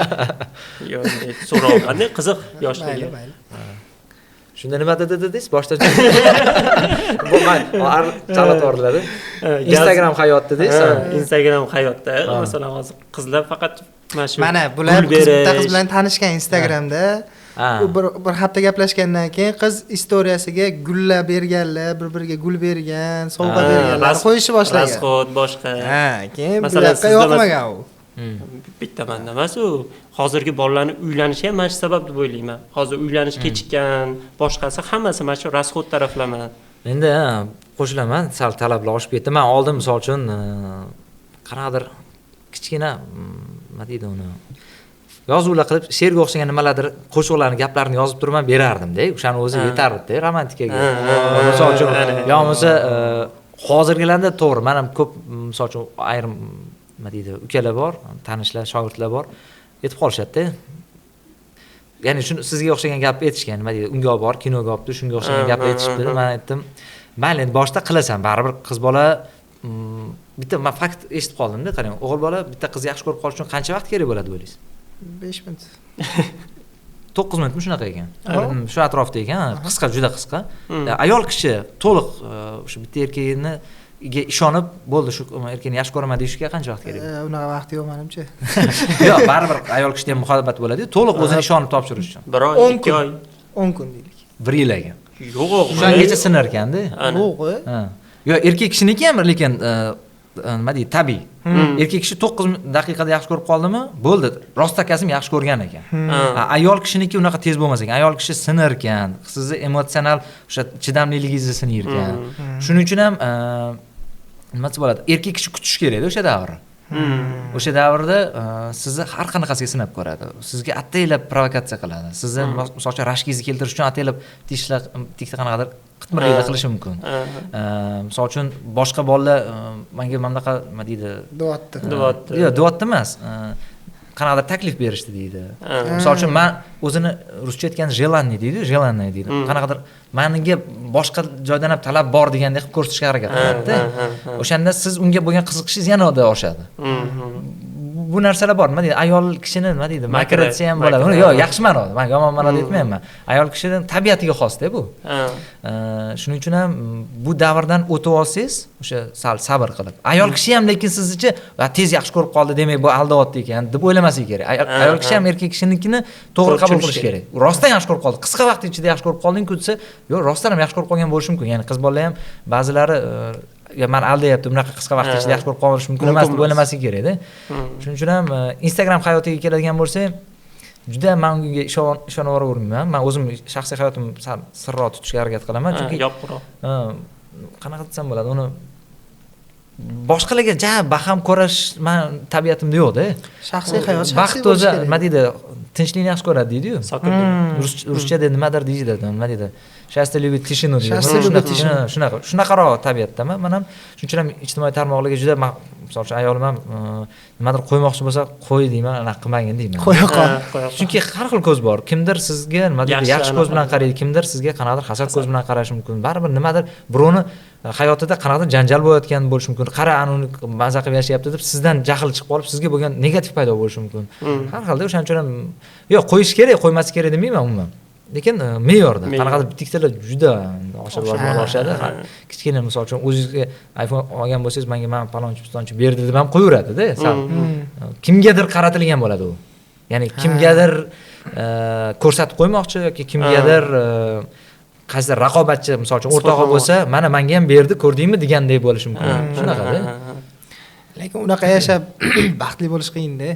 Doim kimdandir orqadadek tuyulaverasan-da. Instagramda doim kimdandir orqadadek, kimdandir baxtsizroqdek tuyulaverasiz-da. Instagram kirsangiz, hamma baxtli yashayapti, faqat men qolib ketyapman degan. Yarmi baxtli, yarmi siqilgan. Hamma siqilganini ko'rish kerak. Men qara siqilyapman degan narsalar qo'yib qo'yishadi-yu. Shu narsa bor-da. Men o'zi ko'pchilik ayrim yaqin do'stlarim bo'ladi. Nima desa bo'ladi uni? Hozir g'alati eshitilishi mumkin. Ko'p sevgi ustozlik qilganman-da kursdoshlarimga. Mencha ayollarni qanaqa desam bo'ladi, ayrim narsalar, makrlarni, ko'p narsani o'qiydigan bo'lib qolganman.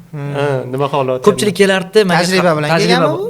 Yo'q, bilmayman, qanaqadir ko'pchilik menga tabiatim shunaqa, men eshitishni yaxshi ko'raman. Men sirni saqlashni bilaman, lekin ko'p narsa eshitib o'rgangandan keyin o'zingiz analiz qilishni boshlaysiz-ku, tushunishni boshlaysiz. Qizlar ham kelib dardini aytardi yoki sirrini aytardi. Mana shunaqa bo'lyapti, nima qiling Hasan deb aytardi-da. Yoki bo'lsa o'zim qarindoshim, ayrim og'aynilarim kelib aytardi, mana shunaqa vaziyat bo'lib qoldi, nima maslahat berasan deb. Men chetdan turgan odam sifatida men san haqsan ham demayman yoki nohaqsan ham demayman-da, vaziyatni unga o'ziga chetdan turgan odam sifatida gapirib beraman-da. Shunaqa qilib o'ziga qanaqadir qaror qabul qilishga yordam berishga harakat qilardim. O'sha aytganim, qizlarni ko'p makrini keyin tushunib qoldim-da o'sha narsani. Og'aynilarim aytadi, Misol uchun men qiz bilan munosabatim yaxshi emas, o'zi to'yim bo'lmoqchi edi deydi, men hozir kimligini aytmayman. To'yim bo'lmoqchi edi. Sovuqlashib ketgan munosabatlar. Kelisholmayman. Qanaqa voz kechsang dedim, xo'p, keyin qiynalmaysanmi o'zing dedimda. Yo'q dedi. Ikkinchisi kim dedim bunda. Topgan varianting kim dedi. Bittada bilasizda. Men shu darajada biladigan bo'lib qoldim, chunki zaxira variantingiz bo'lmasa-chi, o'g'il bola qiyin-da. Birdan kechib ketish qiyin.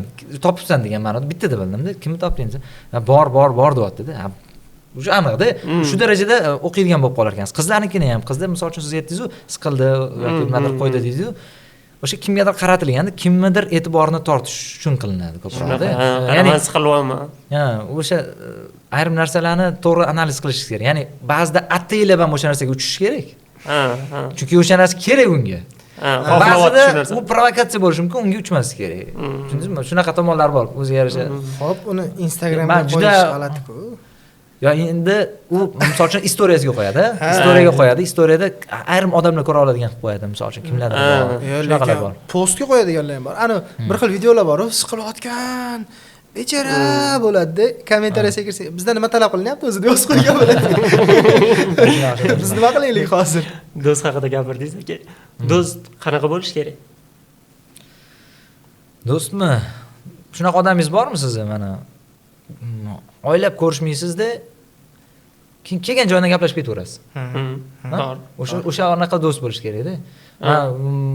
Misol uchun har yili yozda ko'rishaman bitta o'sha rasmini ko'rdim dedingiz-ku.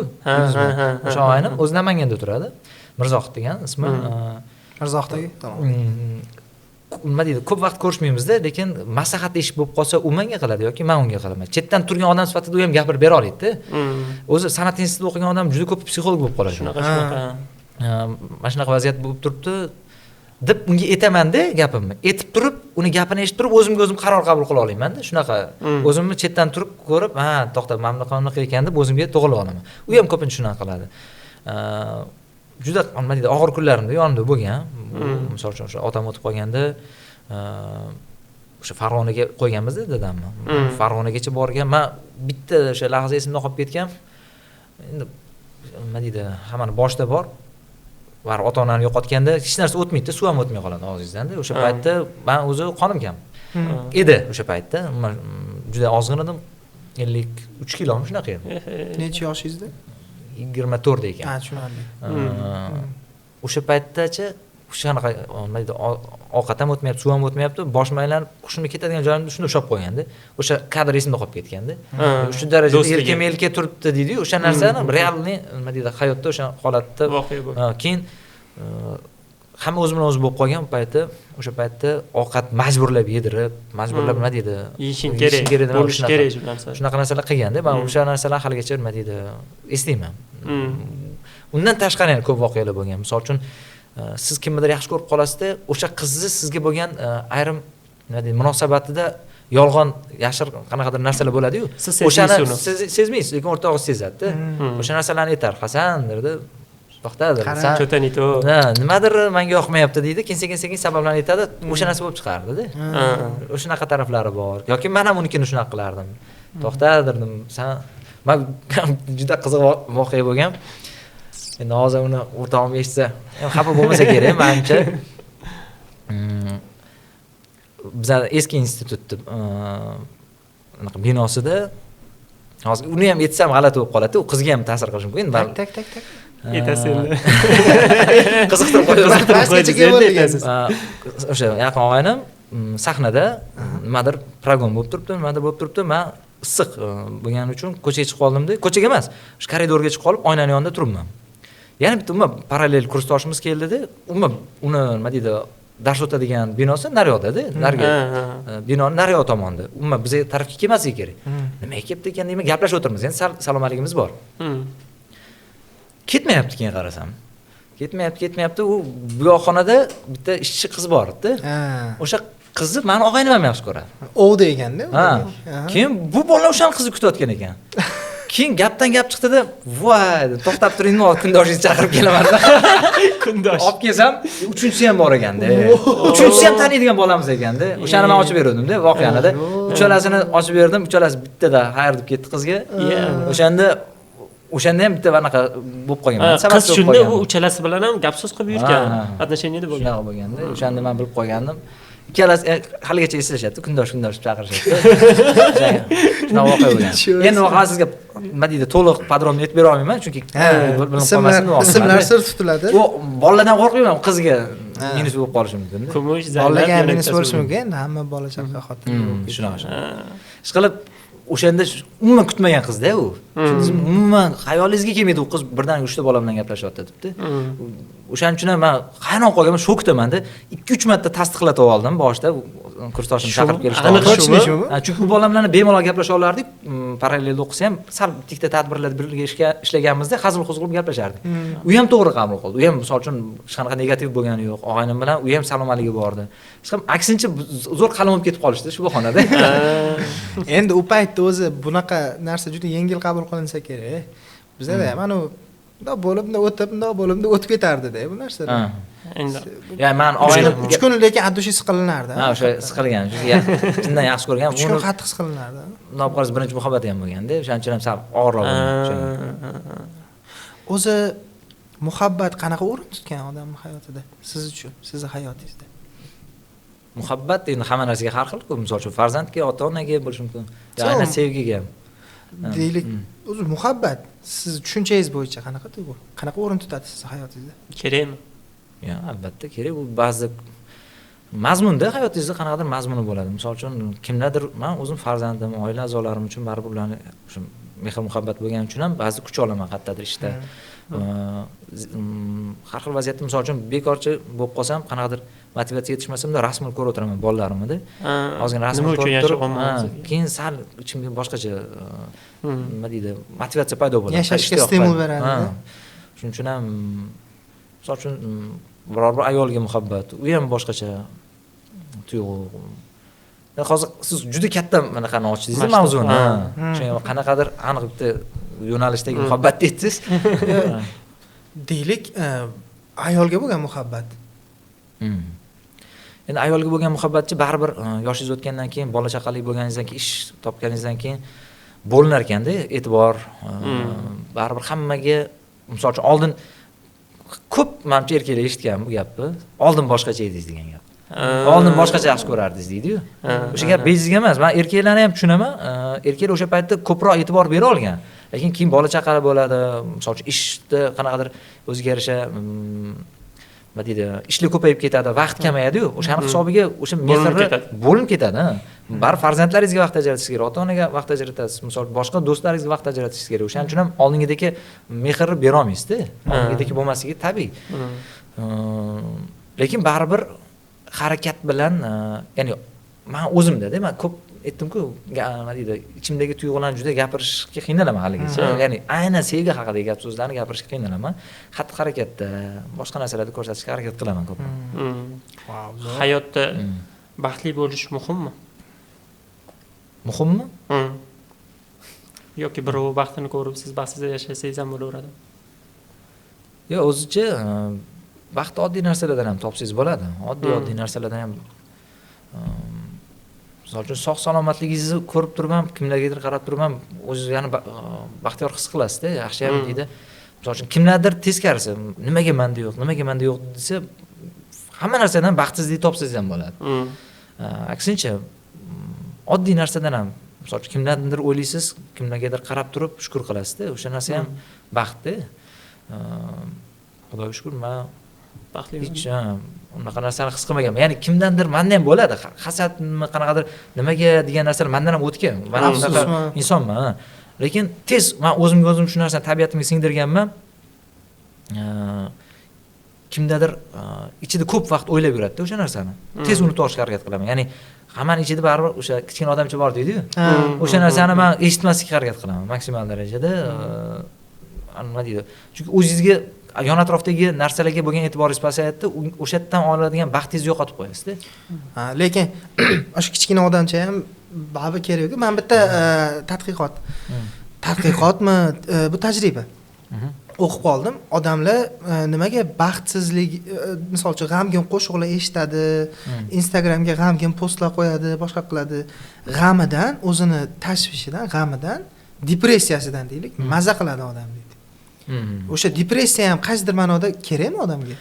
Yo, men o'zim ham shunaqaroq tipdagi xarakterli odamman. Menga ham misol uchun mayus qo'shiqlar, aytdim-ku, men soundtracklarni yaxshi ko'rardim. Hozirgacha shunaqangi filmlardan ham yoki kinolardan ham ba'zida jangari film, trillerlar emasda, shunaqa melodrama sifat kinolarni ko'rgim keladi. Men nima deydi, uni temperatur bilan ham bog'liq bo'lsa kerak deb o'ylayman. Odamning ichki temperatur bilan ham bog'liq bo'lsa kerak. U ham kerak. U kerak emas deb ayta olmayman. Faqat hamma narsa nima deydi, rang-barang bo'lib zo'r bo'lmaydi-yu baribir. U ham o'ziga yarasha sal xotirjamlik beradi. Lekin bu degan siqilib, yurakni ezib, nima qilish kerak degani emas-da. U boshqa narsa endi.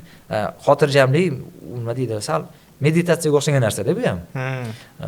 Fikr, xayollaringizni jamlab olasiz, qanaqadir tarqoqlik yo'qoladi.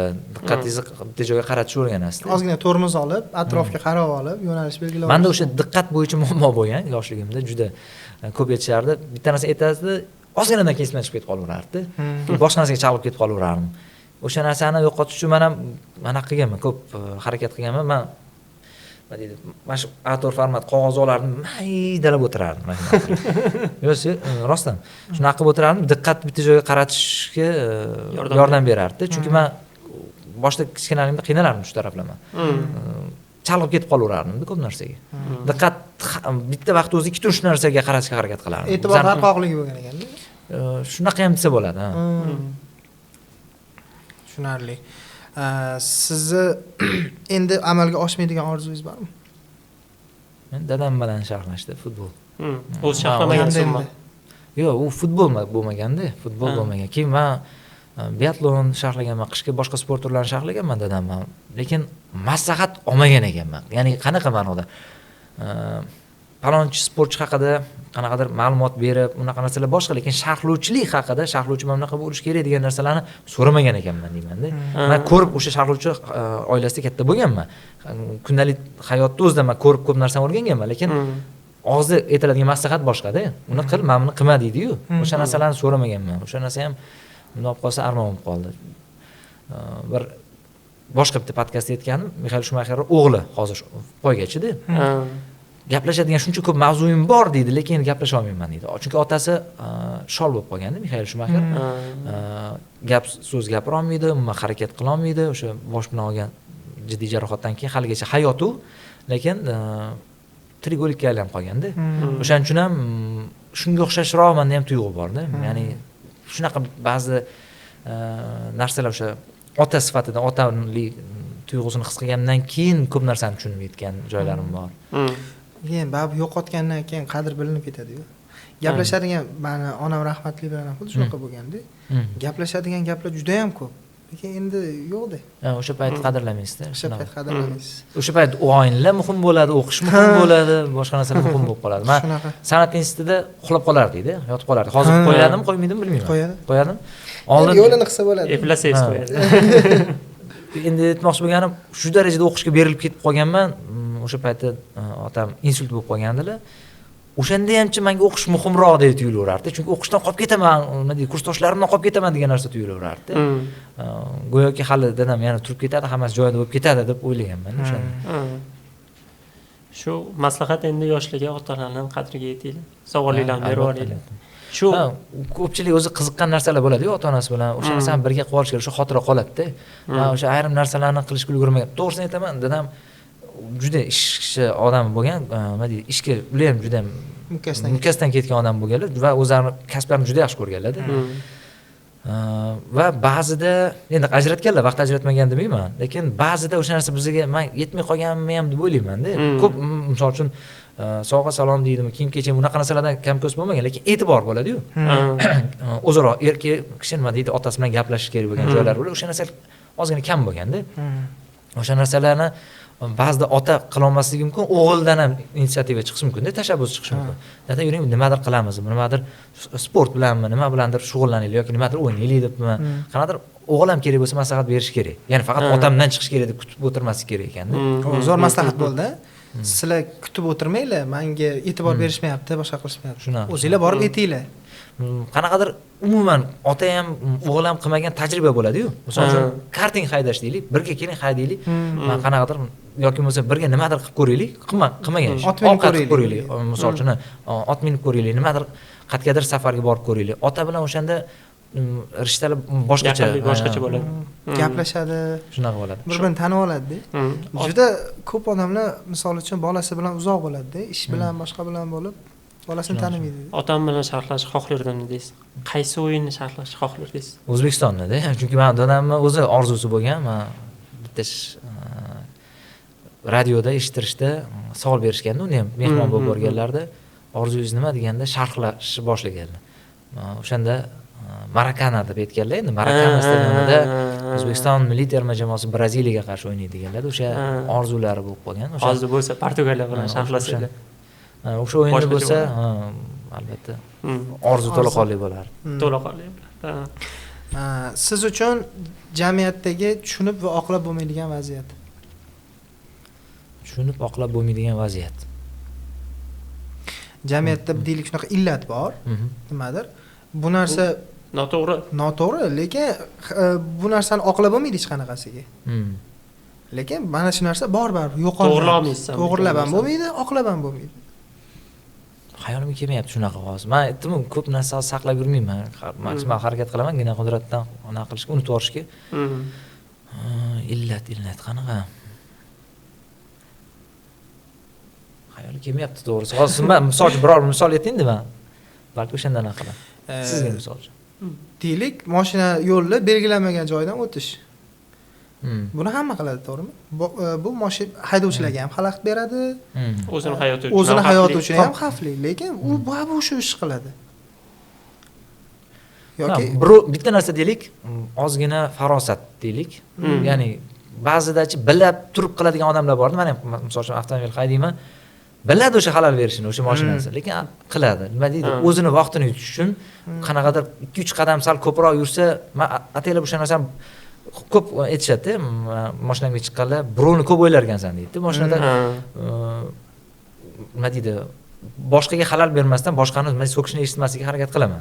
Men o'zim tez haydayman. Men bekor Shumaxir muxlisi bo'lmaganman. Men lekin xalal bermasdan haydashga harakat qilaman. Men misol uchun mashinani chetga qo'yib ketadigan bo'lsam ham maksimal darajada o'sha xalal bermaydigan qilib yoki bo'lmasa telefon raqamini qo'yib ketaman. Ya'ni majbur bo'ladi odam ikkinchi balsiga ham qo'yishga majbur bo'ladigan holatlar bo'ladi. O'shanaqa paytda telefon raqami nima deydi, albatta qo'yib ketaman. Menda ham shunaqa bo'ladi. Odam bilan haydab ketayotgan bo'lsam, nima manda qilmayapsan? Chal signalingni. Xo'p, u ham ruldagi odam, u ham cho'chib ketishi mumkin. Qo'ysangchi, sen uni o'ylayapsan, u seni o'ylamaydi. Sen hozir bitta tormoz berib, sen uni orqasiga yetyapsan, seni o'ylamaydi. Davay to'la ber deb turib oladi. Mana shunaqa gaplar bo'ladi. Keyin bizda sal haydovchilik hozir mavzusi ochildi-yu. Javob qaytarish bo'lib qoldi-da, nima deydi? Tabiiy bo'lib qoldi, tabiiy qabul qilinadi. Kimdir siz yo'lda misol uchun siqib o'tib ketdimi, siz ham unga javob berasiz. Borib, bosib, siqib o'tib ketishingiz. Siz aytgan narsani menga kecha adam aytdilar, mana 10 ga mumkin deb qo'yadi-yu. Odamlar ataylab borib turib oladi-yu, o'sha yo'lni qo'yib yuborsa bo'ladi. O'zi lekin o'sha yerdan o'tib, o'sha yerda anti turadi.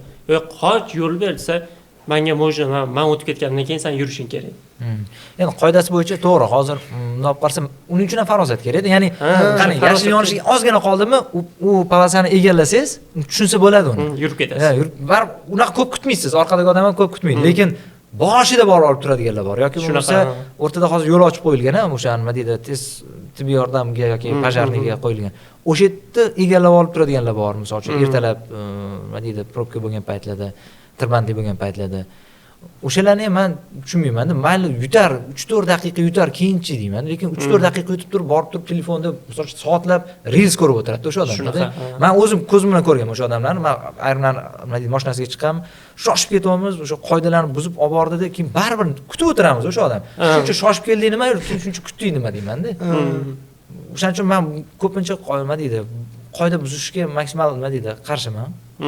Ayrim vaziyatlarda bu nima deydi, boshqacha yomon holatlarga olib kelgan holatlarni ko'rganman, ya'ni kimnidir urib olish, turtib olish holatlariga olib kelgan. Men ko'zimning oldida bo'lgan holatlar bo'lgan shunaqa. Shu shoshqaloqlik va farosat bilan bog'langan. O'zingizga nisbatan adolatlimisiz? Men o'zi maksimal shunaqa hammaga o'zimga ham hammaga ham adolat qilishga harakat qilaman. Chunki o'zi hammaga adolat qilish qiyin. Baribir hammaga bir xil nima deydi e'tibor bo'lmaydi. Lekin o'shani boshqa narsa bilan to'ldirishga harakat qilaman-da. Lekin siz adolatli deb o'ylamadim. Siz 7 soat uxladim, sharqdan sharqqa ulandi. Tanangizga nisbatan adolatli emassiz-da. Unaqa tarafi bor. Yo'q, keyin kunduz kuni keyin uxlayman-da. Kunduz kuni keyin to'ldiraman. Lekin o'rnini o'zingizga adolatli bo'lsangiz, oilangizga nisbatan adolatsizlik qilgan bo'lasiz. Oilangizga adolatli bo'lsangiz, ishingizga adolatsizlik qilgan shunaqa bo'lasiz. sal ko'proq nima deydi, ona qilishda emas, o'zimni nima deydi, bu maqtashda tuyulishi mumkin. Ba'zi qurbonlik borasiz-ku qanaqadir. Mayli. O'sha narsalarga jam unaqa ko'p o'zimni anaqa o'tirmas ekanman. Hozir men o'ylab qoldim siz gapingizdan keyin. Qurbon qilib yuborasiz. Shunaqaroq. Ko'proq qurbon qilasiz. Bizda anaqa bor. Sharhlovchilarga bir so'z bilan ta'rif berishingiz kerak. Biz sharhlovchilarning ismini o'qiymiz. Bitta so'z bilan ta'rif berasiz. Bitta so'z bilan? Ha. Mashq ko'ramizmi? Utkin. Mixail Utkin. Utkinmi? Utkinni cho'rtkesarroq desak bo'ladi. Ya'ni u gapiraveradi-da, o'z tiliga kelgan gapni muxlisdan o'ylab o'tirmasdan turib gapiraveradigan odati bor. Uni boshqacharoq ta'riflasa ham bo'ladi. Bitta so'z bilan deganingizga o'ylab qoldim. Keskinroq deylik. Keskin. Endi shuni davom ettiramiz. Faqat bitta so'z, ko'p so'z ishlatmaysiz. Muhammadali Muhammadkarimov. Muhammadali Muhammadkarimov. O'ta odobli yigit. Orif Tolipov. Orif Tolipov. Hop, juda harakatchan deylik. Harakatchan nima deydi? Yo'q, izlanuvchan sharhlovchi deya qolaylik. Bobur Akmalov. Bobur Akmalov. Bobur aka juda nima desa bo'ladi? Xarakteri sal og'ir qanaqa ma'noda? Gapiraveradigan odatlari bor-da, ularning ham shunaqa odatlari bor. Shuning uchun qanaqa ta'rif ishlatsa bo'ladi Bobur akaga? O'ylab qoldim. Bobur akada ham nima deydi, xafa qilib qo'ymayapman-da. Bobur akada yaxshi ma'noda, ba'zida sal bezbetlik ham bor-da. Kerak paytda gapiradilar, yuziga gapirish kerak bo'lgan gapni gapiradilar-da. O'shani so'zi nima deydi, sal salbiy eshitilmaydiganini topa olmayman. Bezbetda yaxshi ma'noda. Gapirish kerak bo'lgan gapni gapiradilar-da. Misol uchun men xijolat qilib to'xtab xafa qilib qo'ymayman. Ha, shunaqa, ha. Xafa qilib qo'ymaysiz bo'ladi. Cho'rtkesarda, cho'rtkesar. Davron Fayziyev. Professional. Xayrulla Hamidov. Xayrulla aka. Ijodkor deylik. Ya'ni bu juda keng ma'noda ijodkorda. Shunaqa ma'noda. Hamma ma'nosiga tushadilar. Murod Rizayev. Murod aka. Murod aka. Barselona qo'yamiz. Ya, Murod aka ham o'ta hisob kitobli deylik. Men ularni sharhlardan kelib chiqmayapman, hayotdagi xarakterlardan kelib chiqyapman. Juda hisob kitobli. Sharhda lekin sharhda ham hisob kitoblilar, lekin ko'rsatuvlarda ko'pincha hisob kitob qilmaydilar. Unda sal bitta taraf bo'lib ketib qoladi, lekin hayotda juda ko'p narsani hisob kitobini to'g'ri oladilar lekin. Mirzahakim To'xtamirzayev. Mirzahakim akani ham o'zi professional deyish kerak, menimcha. Chunki o'zlariga mana o'ta adolatli, o'sha o'zlarini ovozlariga, nima deydi, bilimlariga juda to'g'ri aniq qiladi. Mana bizga yetishmaydigan, hozirgi yosh sharhlovchilar ko'pchilik yetishmaydigan narsa bor ularda. Ularga bittada ta'rif beradigan bo'lsak, hozir Mirzahakim aka.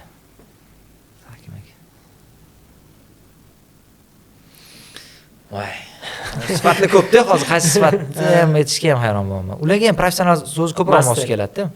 Master desak ham bo'lar ekan, usta deylik. Usta. Va so'nggisi Hasan Turdaliyev.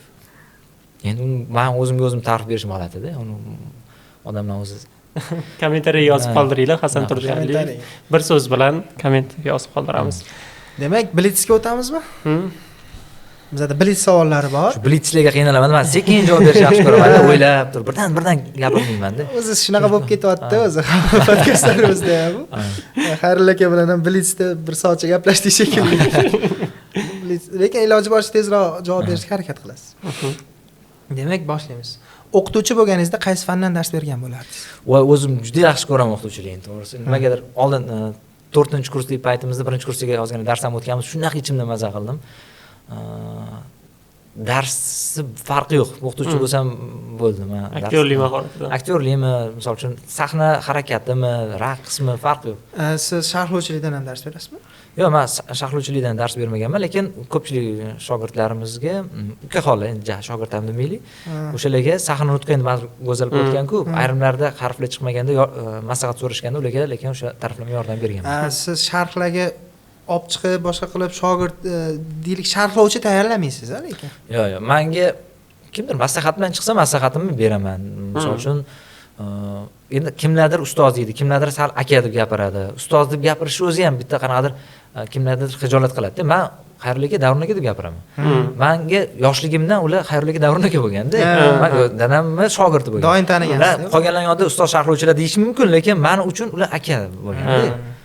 Ko'pchilik misol uchun nima ustoz deb ana qilmaysan deb menga bittasi yozdi hamda. Men uchun yoshligimdan men ularni Davron akani, endi Xayrullo akani ko'rgan paytimda men maktab o'quvchisi edimda, o'sha paytda ham Xayrullo aka deganman. Men keyin sharhlovchi bo'lishimni bilmaganman. O'sha keyin hozir endi birdan ustoz deb qolishim ham g'alati-da. Ularga ham menimcha g'alati tuyulsa kerak deyman-da. Oila yoki karyera? Oila. Qaysi tarixiy voqeani o'z ko'zingiz bilan ko'rish xohlardingiz? Tarixiy voqea futboldan tashqari. Menimcha. Tarixiy voqea. Tarixiy voqea. Buni ham o'ylab ko'rish kerak-da. Ko'pda naq voqealar hozir.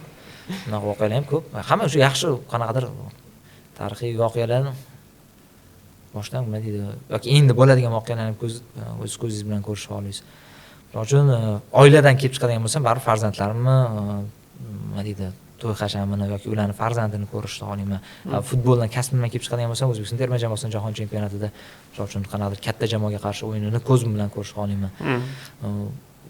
Ko'p bunaqa to'xtovsiz davom ettirsangiz ham bo'ladi. Mayli, meni savolimga o'zingiz savolingizni berib keyin javob berasiz. Qaysi tarixiy voqeani o'z ko'zingiz bilan ko'rish xohlardingiz? Bo'lib o'tgan voqea. Bo'lib o'tgan voqea. Bo'lib o'tgan desangiz, unda to'g'riroq bo'lardi. Bo'lib o'tgan. O'ylamagan ekanlar-da. O'ylamagan ekanman, rostdan. Men doirani to'g'rilaytiraylik, futbolda qaysi o'yinni o'z ko'zingiz bilan ko'rish xohlagan bo'lardingiz? Jahon chempionatining oxirgisini, finalda. Argentina, Fransiya. Yoki bo'lmasa o'sha Enfield'dagi muhitni his qilib ko'rgim keladi. Liverpool bilan Barselona o'yinida umuman boshqa darajaga chiqqan. Comeback bo'lganda u nima deydi?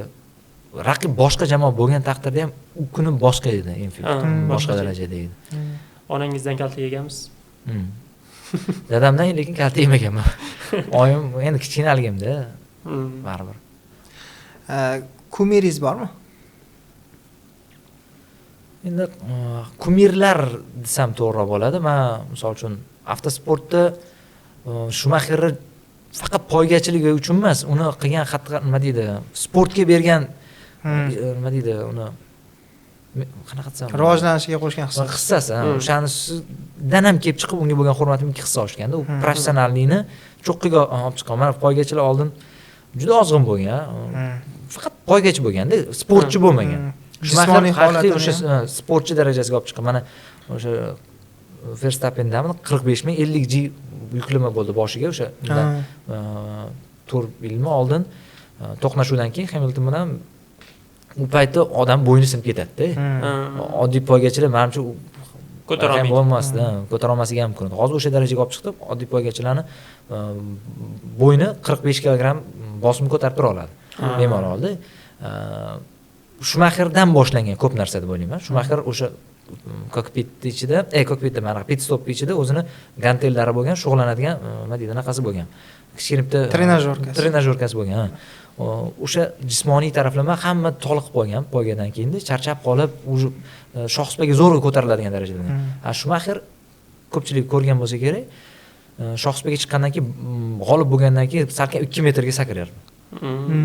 Ya'ni hali ham kuchim bor deb ko'rsatib qo'yardi. Bu yon atrofdagilarga bosim qilish uchun ham qilinardi. Tarixiy suratlari bor. Nima deydi, ijtimoiy tarmoqda ham qidirib ko'rishlari mumkin, Shumaxerni ko'rmaganlar sakrab turib g'alabani nishonlagan holatlari bor-da. Ham ruhiy, ham jismoniy bosim o'tkazadi. Bu taraflama o'sha ruhiy bosimni ham maromiga yetkazib qo'yardi. Demak, kumir. Demak, Shumaxer ham desa bo'ladi, ya'ni u sportchilar ichida. hayotda misol uchun baribir otamni ham men o'zimga kumir deb bilaman. Undan tashqari undan oldin kimnidir aytmoqchi edimda. Sportchiga o'tib ketib qoldim borku. Qaysi sohada? O'sha hozir esimga kelmayapti-da.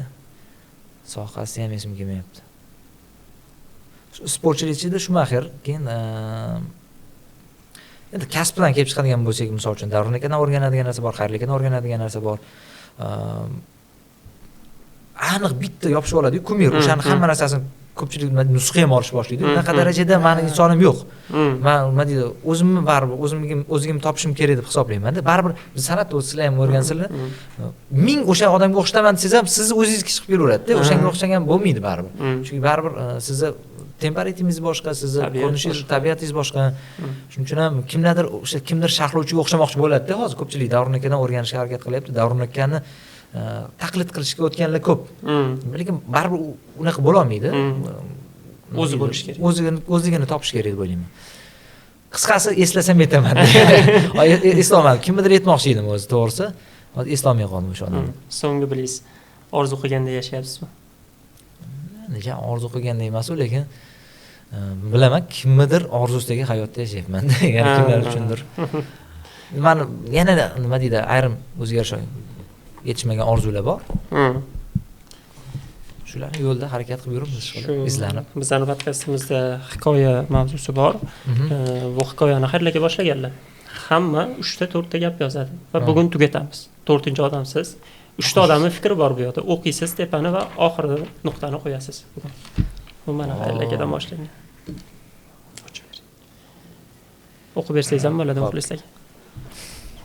Chiqib tushuningda, Kirilchada ham dahshat yozilgan ekan. Hayot rostdan teatrga o'xshaydi.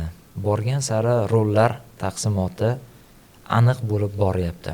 Faqat muammo bittaki. Odam. Nima shu? Odam. Odam o'zining rolini bilib ola olmaydi. Nima shu Xayrli aka? Menga o'xshamabdi-da, ola olmaydi. Men o'zi kirilcha yozganlarda ko'p qiynalaman. Kirilcha o'qish bilaman, lekin qiynalaman. Xo'p, to'xtabdi, tepasini men sal mag'zini chaqolay. Ammo bittaki agar o'zining rolini bilib yoki bilsa-da mas'uliyatdan qo'rqib bilishni xohlamaydi. Ayrim aktyorlar esa bugun shunchaki ushbu tomoshaning shunchaki tomoshabini bo'lish tarafdori. Otabek Mirzaxo'rov. Yo'q, Otabek yozdim. Bunisini kim yozdi? Abdullajon Yusupov. Ammo insoniyat borki, yaxshilik va yomonlik o'zaro ziddiyatdir. O'zini anglay olmayotgan insonlar bilan biz qatorda anglaganlar ham mavjud. Hayot davom etadi. Bir qatorda anglaganlar ham mavjud. Hayot davom etadi. Tugatib ham qo'yishdi o'zi. Nimasini tugataman? Nimasini tugatamiz? O'ylab fikrlab yozing. Sabni surib turamizmi o'zi? Ungacha biz tirikchilik qilib turamiz, siz yozganingizcha. Bizani ko'rsatuvimizni qo'llab-quvvatlayotganliklari uchun O'zbekiston Respublikasi Ma'naviyat ma'rifat markaziga kattakon minnatdorchilik bildiramiz. Ular bizani mana shunaqa studiya, оборудование hamma narsa bilan ta'minlashyapti. Kattakon rahmat. Va bizada homiylarimiz bor. Homiyamiz Osmonbest, Bayansuluv. Osmonbest va Bayansuluv kompaniyasi telefon raqamlarini ko'rishingiz mumkin, opisiyaniyada ham bo'ladi. Agar sizlarga shirinliklar, har xil ichimliklar kerak bo'ladigan bo'lsa, tashqaridan olib kiriladigan, ular hammasini olib kirishadi. Mana hozir ko'rayotganinglar karamellar, yangi mahsulotlar O'zbekistonda. Bundan tashqari o'zimiz tirikchilik.uz saytida biz o'zimizda anaqamiz bor, bo'limimiz bor. Aydovchi, ya'ni qo'yamiz, buni ham bemalol ko'rishingiz mumkin. Aydovchiga kirib, xohlagancha tanat qilishingiz mumkin. Biz yanada yaxshiroq sharoitda podkast olishimiz mumkin. Va o'z fikr mulohazalaringizni mehmon haqida, biza haqimizda bo'ladigan bo'lsa, kommentariyada bemalol yozib qoldirishingiz mumkin. Kommentariyalarimiz ochiq va podpiska bosib qo'yishingizni iltimos qilardik. Bizda ko'rishlar soni ko'z tegmasin juda ham yaxshi bo'lyapti, lekin obunachilarimiz soni hali kam, shuning uchun podpiska bosishni esingizdan chiqarmanglar, iltimos. keyingi mehmon kim bo'lsin yozib qoldirishingiz ham mumkin. O'shanga qarab harakat qilamiz biz ham. Va bizda hikoya Davom etyapti. Va endi boshladim. va yana e'tibor berayotgan bo'lsanglar, biz bugun yana o'sha maslahatinglarga amal qilgan holatda olib boryapmiz. Bizani doimo kuzatib borayotgan tomoshabinlar bo'lsa, buni ham yozib qo'yinglar. Ha, mana shu narsada Otabek Mirzaxon. Mirzohid, Otabek Mirzohid. Otabek Mirzohid? Artistimiz bor-ku. Otabek aka. O'shani yaxshi fikrini eshitdim-da. Aytdilarki, Otabek Muhammad Zohidmi? ha, Otabek Muhammad Zohid. Assalomu alaykum. Ha, mana shu anaqada gap bo'yicha Otabek Muhammad Zohidni yaxshi gaplarini eshitdim, bitta podkastlarini ko'rib qoldim. Aytdilarki, muxlislar to'g'ri bizga negativ yozadi dedilar. Agar men sizni reklamaga tushib turib, siz uyda oilaviy televizor ko'rib o'tiribsiz, o'sha paytda reklamadan men chiqib keldim. Nimadir reklama qilib chiqib keldim, yoqmadim. O'sha paytda xohlagancha so'king meni dedilar. Xohlagancha so'king, men sizga indamayman, chunki sizni komfort zonangizga men kirib kelyapman nimadir reklama qilib dedilar.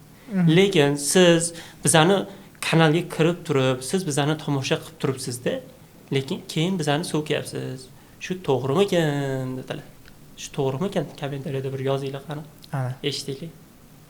qarang nima deyapti. Otabek Muhammad Zohidni Otabek Muhammad Zohid bilan qarang bunday deyapti-da, qarang. yo mayli, bizani kanalga kuzatishga kirib turib, so'kish to'g'rimikan? Ijodini ko'rib turib, o'sha ijodiga yarasha yana so'kinish g'alati menimcha. Juda yoqdi mana shu fikr.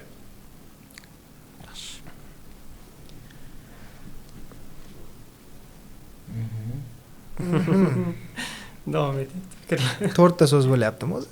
4 ta gap. 4 ta gap. 4 ta gap, hozir bitta. Mayli tugatib bersangiz. Mayli endi. Bugun sizga voля. Limit ochiq tugatib bersangiz. Bugun limit ochiq. Qitilsak bo'ldi, shundan topshirib yuborsak bo'ldi. Keyingisida yangi hikoya boshlaymiz. Xudo xolasa. Qisqaroq qildim men. Xo'p. Endi bilmadim o'xshadimi yo'qmi, o'zimcha Ijod qildim. O'qing. Teparoqdan o'qib kelaman endi. Aha. Ammo insoniyat borki, yaxshilik va yomonlik o'zaro ziddiyatdir. O'zini anglay olmayotgan insonlar bilan bir qatorda anglaganlar ham mavjud. Hayot davom etadi. Shunday ekan, o'z hayotingizning bosh qahramoniga aylaning. Dastlab o'zingizni anglang. Boshqa bir rejissyorning aktyoriga emas, o'zingiz bosh rejissyor bo'ling. deb qo'ya qoldi. Ana tugatdik. zo'r. Vau, zo'r. Tepadan kelib chiqdim-da, xayrli ekan nima qilganlarni. Zo'r. Xo'p, endi bizga bitta dastxat qo'yib bersangiz. To'xtang. Men o'zbekman qolib ketdik. Men o'zbekman deb fikrni davom ettirasiz. Voy. Hech nima deydi? Doim futbol podkastlarida yurganimga ham boshqacha anaqa nima deydi savollar bo'lyapti-da. Bugun rosa qiynadingiz. Xo'p. Men o'zbekman, chunki mikrofonni o'rtaga qo'yishim kerak. Birinchi, xo'p.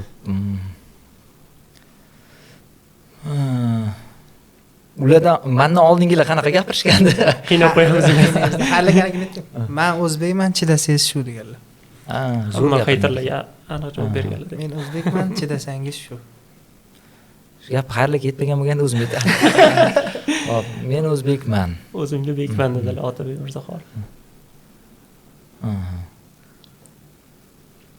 Abdullajon nima degan esdan chiqib qoldi. Juda uzoq aytdilar. O'ylash kerak-da, endi buni birdaniga aytvoradigan gap emas-da bu. O'zbek haqida gap ketyapti. Men o'zbekman. Oq bo'rilar haqida gap ketyapti. Siz oxirida o'ylamay ko'p gapirib yuboryapsiz-da qandaydir. Yaqindan boshlovchi o'zgaradimi? To'g'risi xayolga yaxshiroq bir variant kelmayapti. Hozir tepadagilar aytdinglar-ku. Ularning yoniga yaqinlashadigan gap kelmayapti-da. O'shancha aytish kerak emas. O'tkazlar Abdullajon akani ham qiynadilar. Xayrli akani bitta aytdi, "Voy, endi men nima deyman?" deb qoldilar. Voy, dedilar, menimcha 10 minut ketdik-ku dedim. Rostdan ham. Ja 10 minutga bormaydi. Meniki-ku. Bunaqa deya qolib, men o'zimdan kelib chiqaman. Menimcha boshqalarga ham to'g'ri kelsa kerak. Men o'zbekman, har bir ishimni yurakdan qilaman. Zo'r. Shunaqasini o'ylab topdim-da.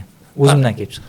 Podkast davomida siz kutgan savolingiz berilmay qolgan joyi bo'ldimi? Mana shu narsa haqida gapiraman bugun podkastda deb keldik, Siz kutgan lekin berilmagan. berilmagan savol Yo'q, bo'ldimi? futbol haqida bo'lmagani yaxshi bo'ldi. Hozir bundan keyin shundoq futbol haqida podkastga boramiz. Shuning uchun yaxshi savollar. Rostdan ham biz ham o'yladik-da, menimcha o'zi To'liq bir bo'ldi. xil hayot har kun bir xil bo'layotgan. O'zi ko'p podkastga borsam-chi, savollar juda o'xshashdi bir-biriga.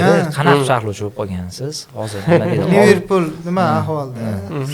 Shunga o'xshagan savollar. Yo'q, ya'ni umuman boshqa futbolga aloqasi bo'lmagan podkastga borsam ham futbol haqida gapirishamiz-da. O'shaning uchun ham bu boshqacharoq mavzular bo'lgani uchun yaxshi. Men o'zim ham maza qildim. Xursandman juda ham. Va bizga bitta dastxat qo'yib bersangiz. Tasavvur qilasiz. Vahshiy obrazim. Boshqa rasmingizni topa olmadik aka. Instagram glavningizligini ham olmoqchi bo'ldik. Anaqa qo'yish shart emasmi? Endi yopishtiramiz yoqqa. Yo, sanapana qo'yish shart emas. Yo'q, qo'ysangiz ham Xohlasangiz. bo'ladi. Bu sizni joyingiz. Siz territoriyangiz. Ana, endi yopishtiramiz. Operatorimiz kamerani olsalar.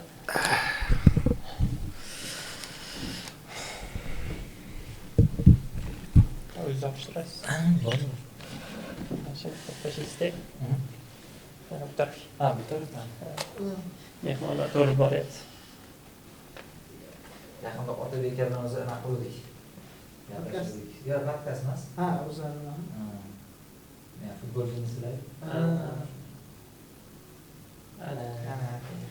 Rahmat kattakon.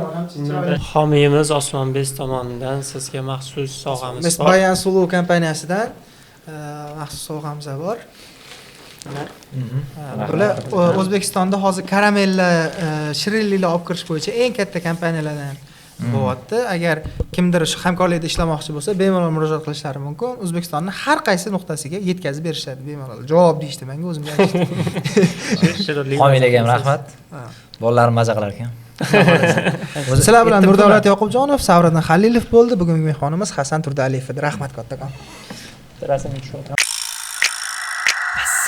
Dolce gurung bu, dolce gurung. Dolce gurung. Dolce gurung. Ha, Dolce Gurung. O'zbekcha, o'zbekcha, o'zbekcha.